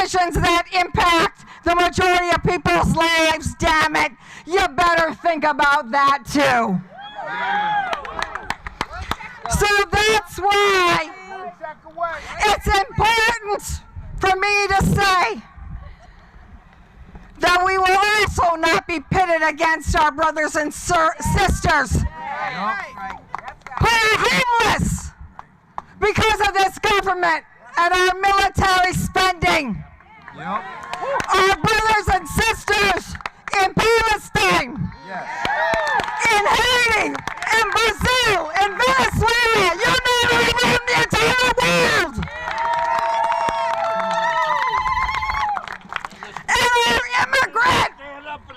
And our immigrant brothers and sisters that are filling the streets of this country today.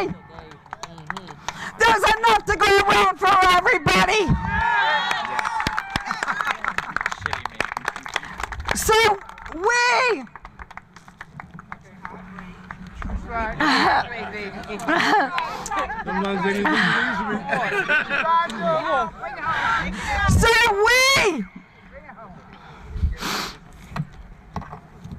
who have had some of our encampments. Here's one of the women who gave birth on one of our encampments.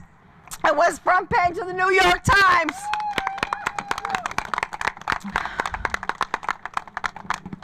We will never leave peacefully. That's right. Yeah. And if they lock one of us up, they're going to have to lock us up.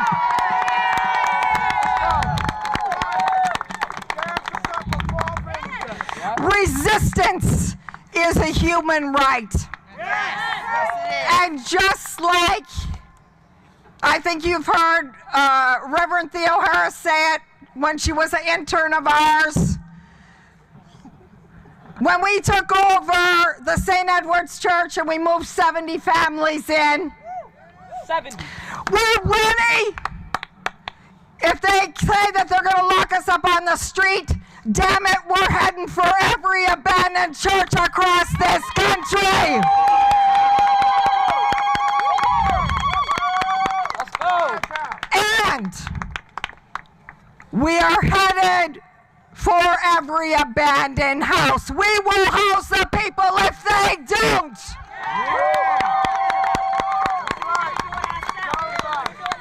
So join us on opening day of not just the Republican National Convention, but also the Democratic Convention. Yes. All right. Uh-oh. Y'all got And we will hold a court. We will tell the real story. Whether you're Republican or Democrat, if you're committing crimes against humanity. And then we will issue citizens' arrests. So join us on those marches, opening day of the Republican and the Democratic conventions. We will be joined by homeless people across this entire country. We are tired of begging. We aren't going to beg anymore. Feeding, clothing, and housing me and my children is not up for negotiations.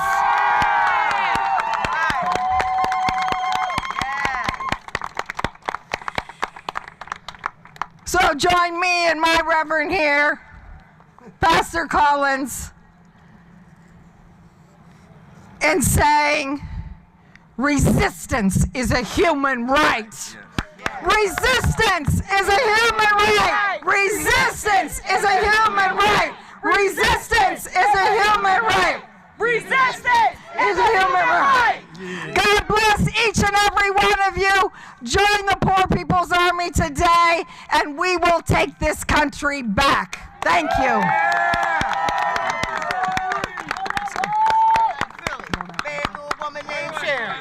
Hey, straight out of Philly. Straight out of Philly. Straight out of a woman named Sherry. That's right.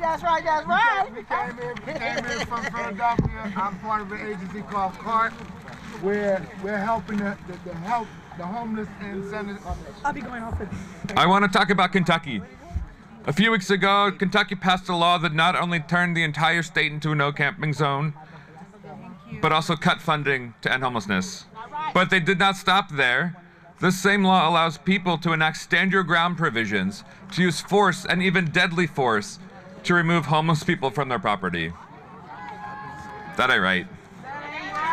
This case could make it easier for cities and states to enact cruel and deadly laws just like Kentucky. And to help us understand the potential impacts of this case in the Deep South, please welcome Efrain Olivares, Director of the Strategic Litigation and Advocacy at the Southern Poverty Law Center. Good morning, everybody. It's so humbling and inspiring to see so many of you here today. My name is Efrain Olivares. I'm Director of Strategic Litigation at the Southern Poverty Law Center. Every single person wants to have a roof over their head and a bed to sleep at night. And no one who has to sleep at a public park does so by choice. They do so because they have no alternative, no other choice. And arresting and ticketing them for doing that will do nothing to address the homelessness crisis we have in this country. Policies like the one Grants Pass has enacted create a crime out of being homeless. And people who have nowhere to sleep at night have no choice but violate this law simply by being who they are. In the American South, where I live and where my organization works, as we explained in our amicus brief to the court, these laws have their origin. Vagrancy laws from the 1800s that were used to target and control people of color, primarily black people and indigenous people in the South. And I don't need to tell you all that our nation has a dark history of punishing people of color for being poor. That's right.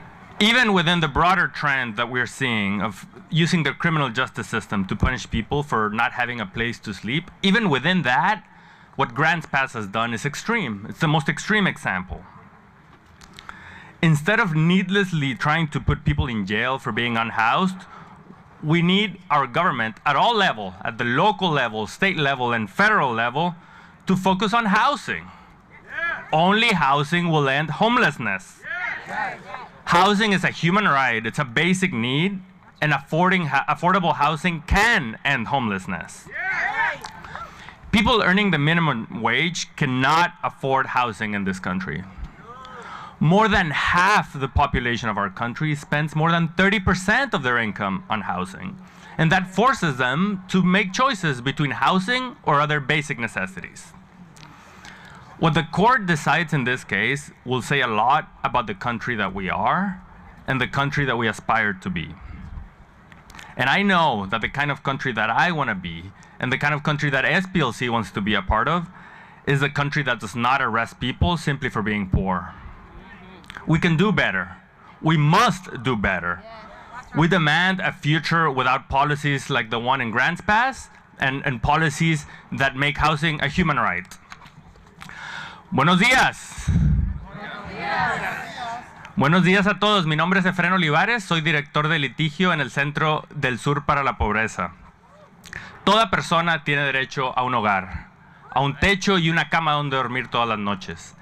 Y quien no lo tiene, no lo hace por elección, es porque no tiene ninguna alternativa. Tenemos una crisis en este país con millones de personas viviendo en situación de pobreza y cientos de miles sin un hogar.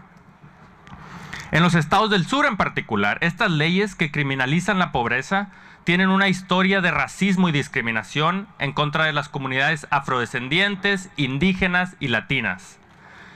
Lo que decida la Corte en este caso va a decir mucho de quiénes somos como país y quién queremos ser como país. Es un país donde castigamos a las personas únicamente por ser pobres y por no tener hogar, o es un país donde nos enfocamos en las soluciones y ofrecemos vivienda estable y vivienda costeable para todo mundo. ¡Sí se puede! ¡Sí se puede! ¡Sí se puede! ¡Sí se puede! ¡Sí se puede! Muchas gracias.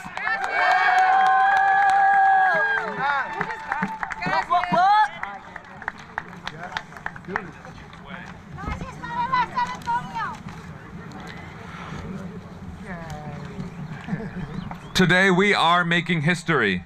Hundreds of people have traveled here from across the country to tell the nine justices inside Congress and the White House that 72% of Americans support housing, not handcuffs.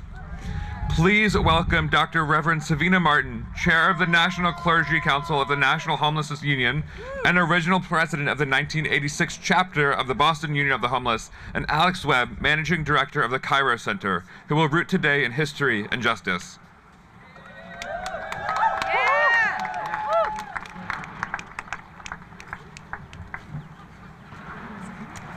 Good morning, everyone. Morning. Morning. Friends. My name is Alex Webb, and I'm with the Cairo Center of Religions, Rights, and Social Justice, which comes out of a many decades-long history of poor people's organizing for housing, welfare, decent jobs, water, peace, and more. For 20 years, we have worked with grassroots and faith leaders, many of whom are here today, connected to these struggles of the poor.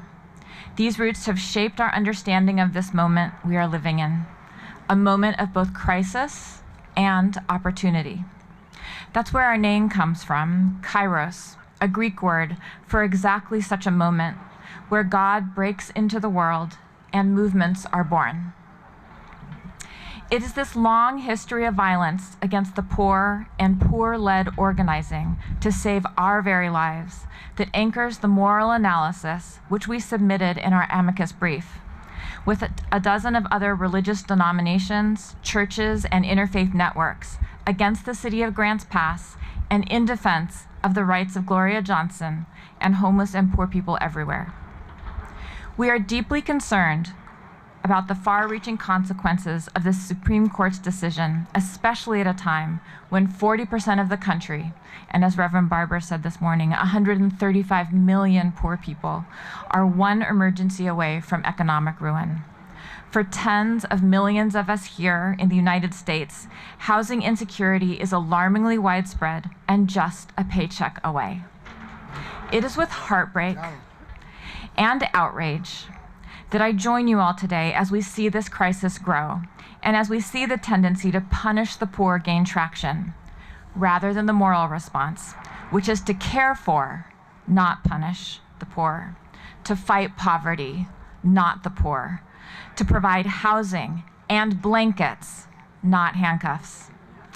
I am honored to stand here this morning with Reverend Savina Martin, who I first met more than 25 years ago through the National Union of the Homeless organizing drives taking place across this country and being led by the poor.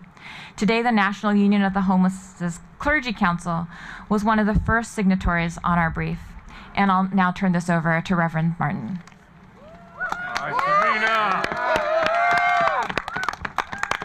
We have 5 main slogans, but I'm going to start off with this one. We want jobs and homes, not death in the street. We know that we're only one paycheck away from being homeless, but we have a right to shift the narrative, speak for ourselves, and think for ourselves. My name is Savina Martin, and over 38 years ago, I found myself homeless. I'm a United States veteran, a mother, a caregiver. I'm work with the Poverty Scholars Initiative out of the Cairo Center Welfare Rights Organization. Our state leaders are here standing beside me as we all stand together. I'm on the Clergy Council of the National Union of the Homeless and also work in Massachusetts as a tri-chair with the Massachusetts Poor People's Campaign. And we are here to take back what's ours as we organize. I'm gonna use some broad strokes here and go over some history. Over the years, my lifelong ministry of the poor, organizing the poor, has brought us here today. In 1986, over 450 homeless people marched from New York City, Tompkins Square Park, here in Washington, D.C. Along the route were 2 heart attacks and 3 miscarriages. But homeless people came together and showed our power. For 3 days, we stayed on the Anacostia River in back of the RF RFK Stadium, a ground that never dries, where the lawn markers and all the fancy movie stars were up at the Hilton eating caviar and having champagne. But when we hit the streets and came out of the shelters and marched here in D.C., we stood and demanded that we could speak for ourselves, and we did.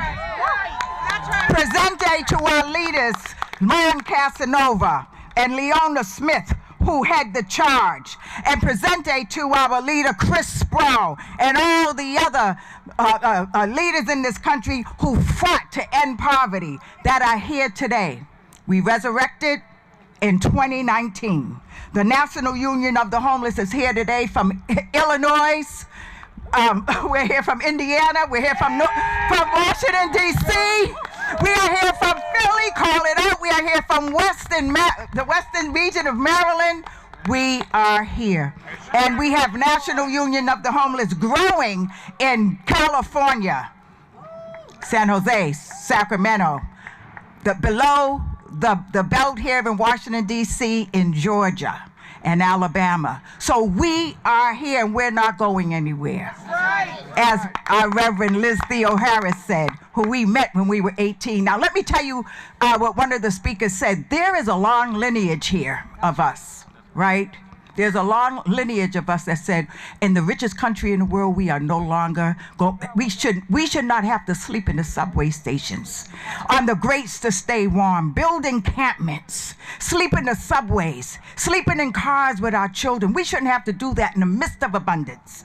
This system needs to get itself together. As we get ourselves together, understanding what we are up against in this country. As a clergy and person of faith, homelessness is a sin against God. Amen. It is a sin of the highest order. And as our late union leader, Ron Casanova, said, he said he'd rather die fighting to end poverty and homelessness, not just die from homelessness. Yeah. That is our mission today. That is all of our mission, to create a new human being, because whether we are homeless or one emergency away from homelessness, we want jobs and health care, not death in the streets. We want housing, not handcuffs. We are here to show the Supreme Court and the rest of the nation that we are not alone, and we are here to fight poverty, not the poor.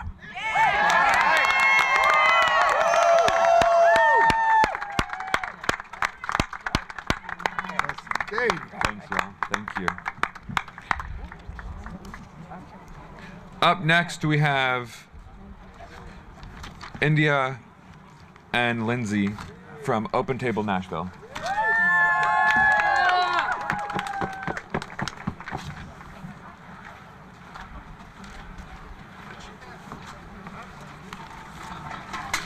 Y'all, we gotta finish this strong. So we're gonna do one more chant before we start. We lost Howard, he probably went to smoke, but this is his favorite chant. And we all know that we need not service, but solidarity. And we are the people, so we're gonna finish this off with one more chant. Ain't no power like the power of the people, because the power of the people can't. Stop. Say what? All right. Ain't no power like the power of the people, because the power of the people can't stop. Say what? Ain't no power like the power of the people, because the power of the people can't stop. Say what? Ain't no power like the power of the people, because the power of the people can't stop. Woo! Y'all, it is an honor to be standing and chanting in solidarity with all of you today. We are with Open Table Nashville, an interfaith homeless outreach and advocacy nonprofit who believes in solidarity. And we believe with every fiber of our being that housing is a human right, as so many have said here today.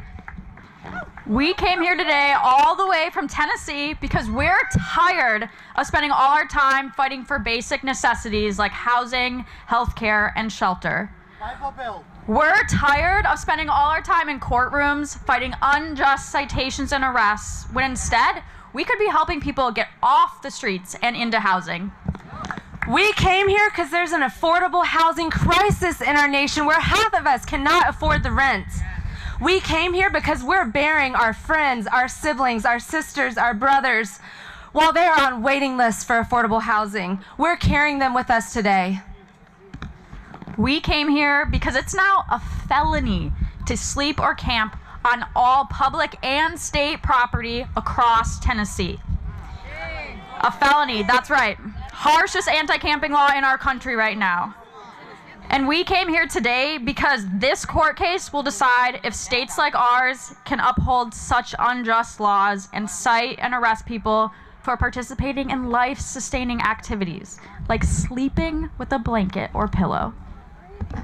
We came here to urge the Supreme Court to listen to our collective voices declaring that mass homelessness in this country is a systemic issue, not just an individual choice, and that punishing people who have nowhere to lay their heads is deeply cruel and unjust. We are here to urge them to act. And we came here today to stand in solidarity with the mother and her 4 children who were found living outside in a box in Wilson County, Tennessee. Our friend Rod, who was denied by 13 apartment complexes for 14-year-old charges before he was finally approved to move into his housing. We came in solidarity with our friend Terry, who first lost his housing in a tornado and then his job in the pandemic. He was forced to stay beneath a bridge with his adult daughter because there was no shelter that would take them together. We came in solidarity with our friend Alabama, who was arrested for petty charges 198 times, so often that I could not find him for his housing appointments, and I made him a t-shirt that read, "Please do not arrest me," across the front. My outreach worker is working for my housing on the back. We came here in solidarity with our friend Joni, who was arrested under our statewide anti-camping ban, and Kyle, the public defender who actually had to work to get this charge dismissed. Yes, public defenders out there, woo! I have a copy of Joni's citation printed here today, and the crime that Joni was charged with read, she was observed sleeping in Riverfront Park in a sleeping bag with all of her belongings around her. This is what we've made a crime in our country. Shame. Shame. For too long, our nation has gutted funding for affordable housing and thrown our tax dollars to policing and prisons. We work for the day when all handcuffs are welded into house keys and all jails are empty and homes are full. We work for a world where everyone not only has access to safe, dignified, affordable housing, but also can thrive.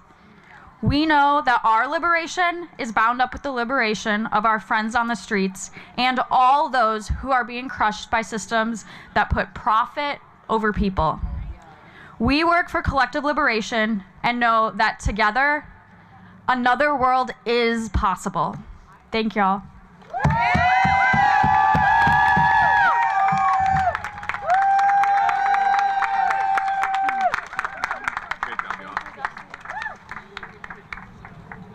All right, we're almost done. I promise.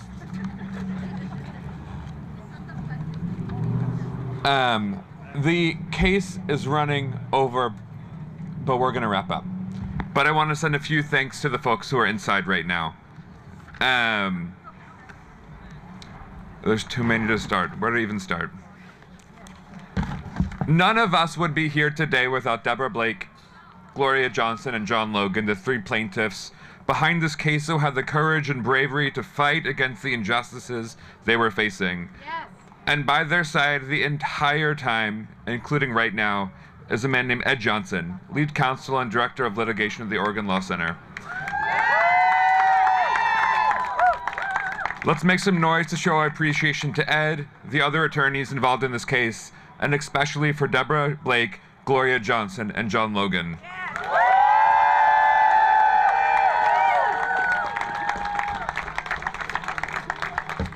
To close us out, I'm proud to call up Antonia Fasanelli, Executive Director of the National Homelessness Law Center.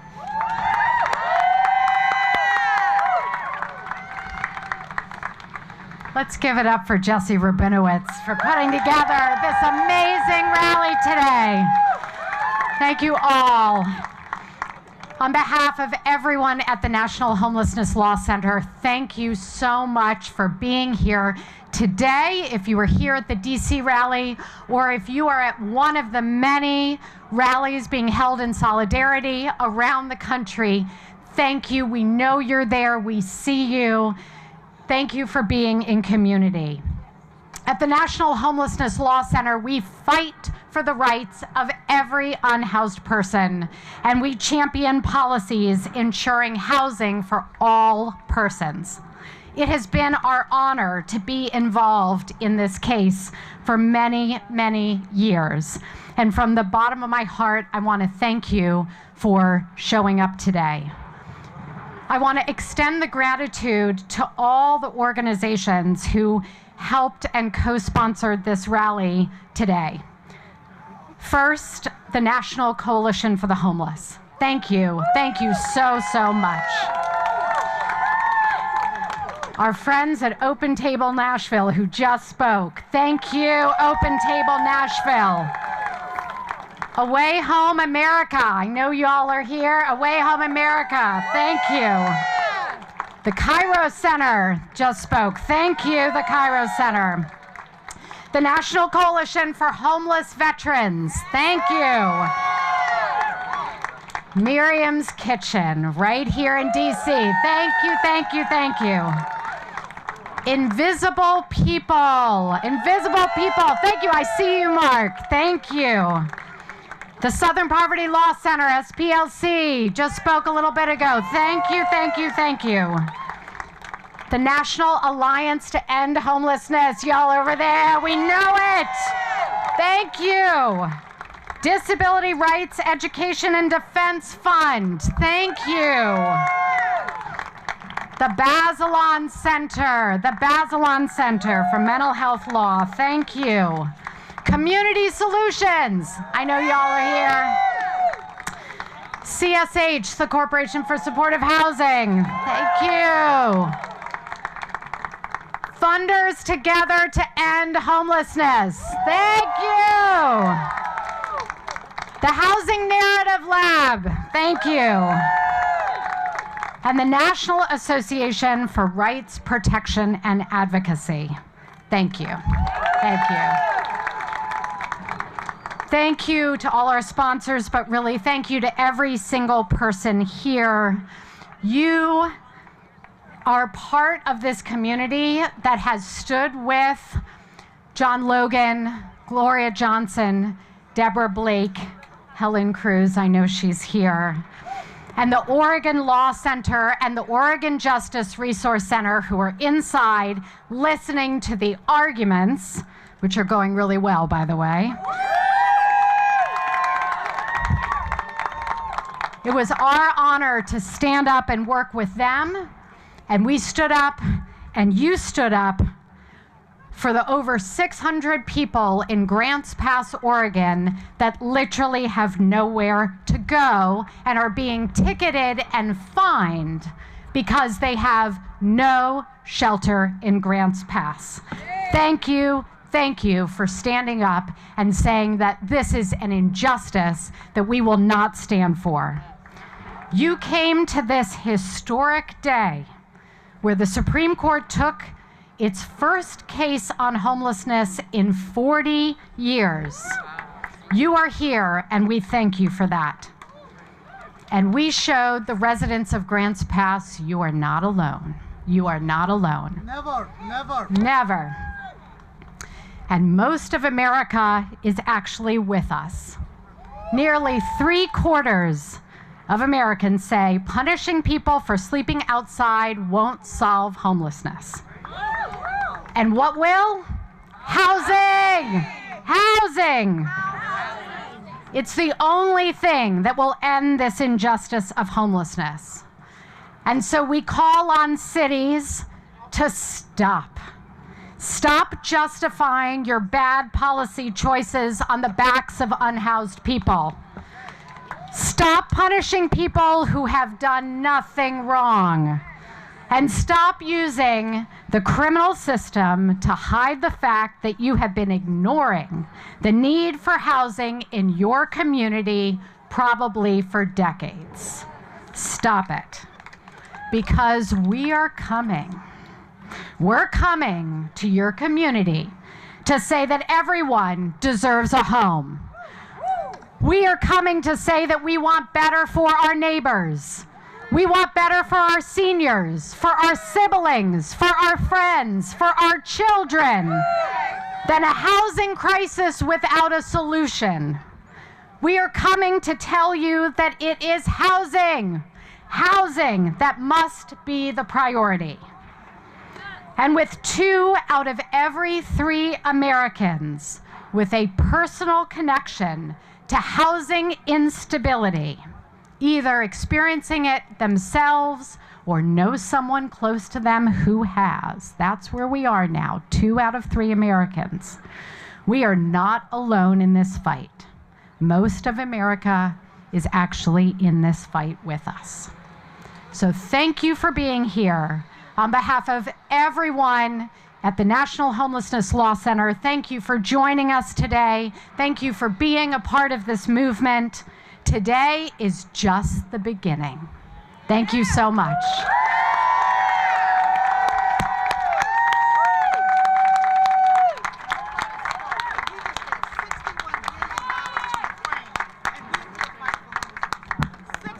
We want to just make sure that as Antonia just said, this isn't the end, this is the beginning.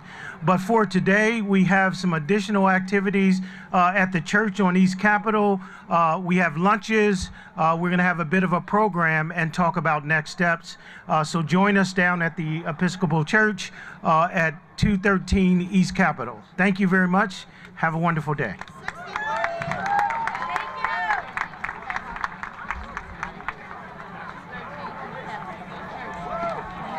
Oh, miss, the church is right there. Then you go, then you go that way. Okay, it's close. So you go for the first, it's on second. You go here and then second. You see that one is, actually you gotta go to second. So you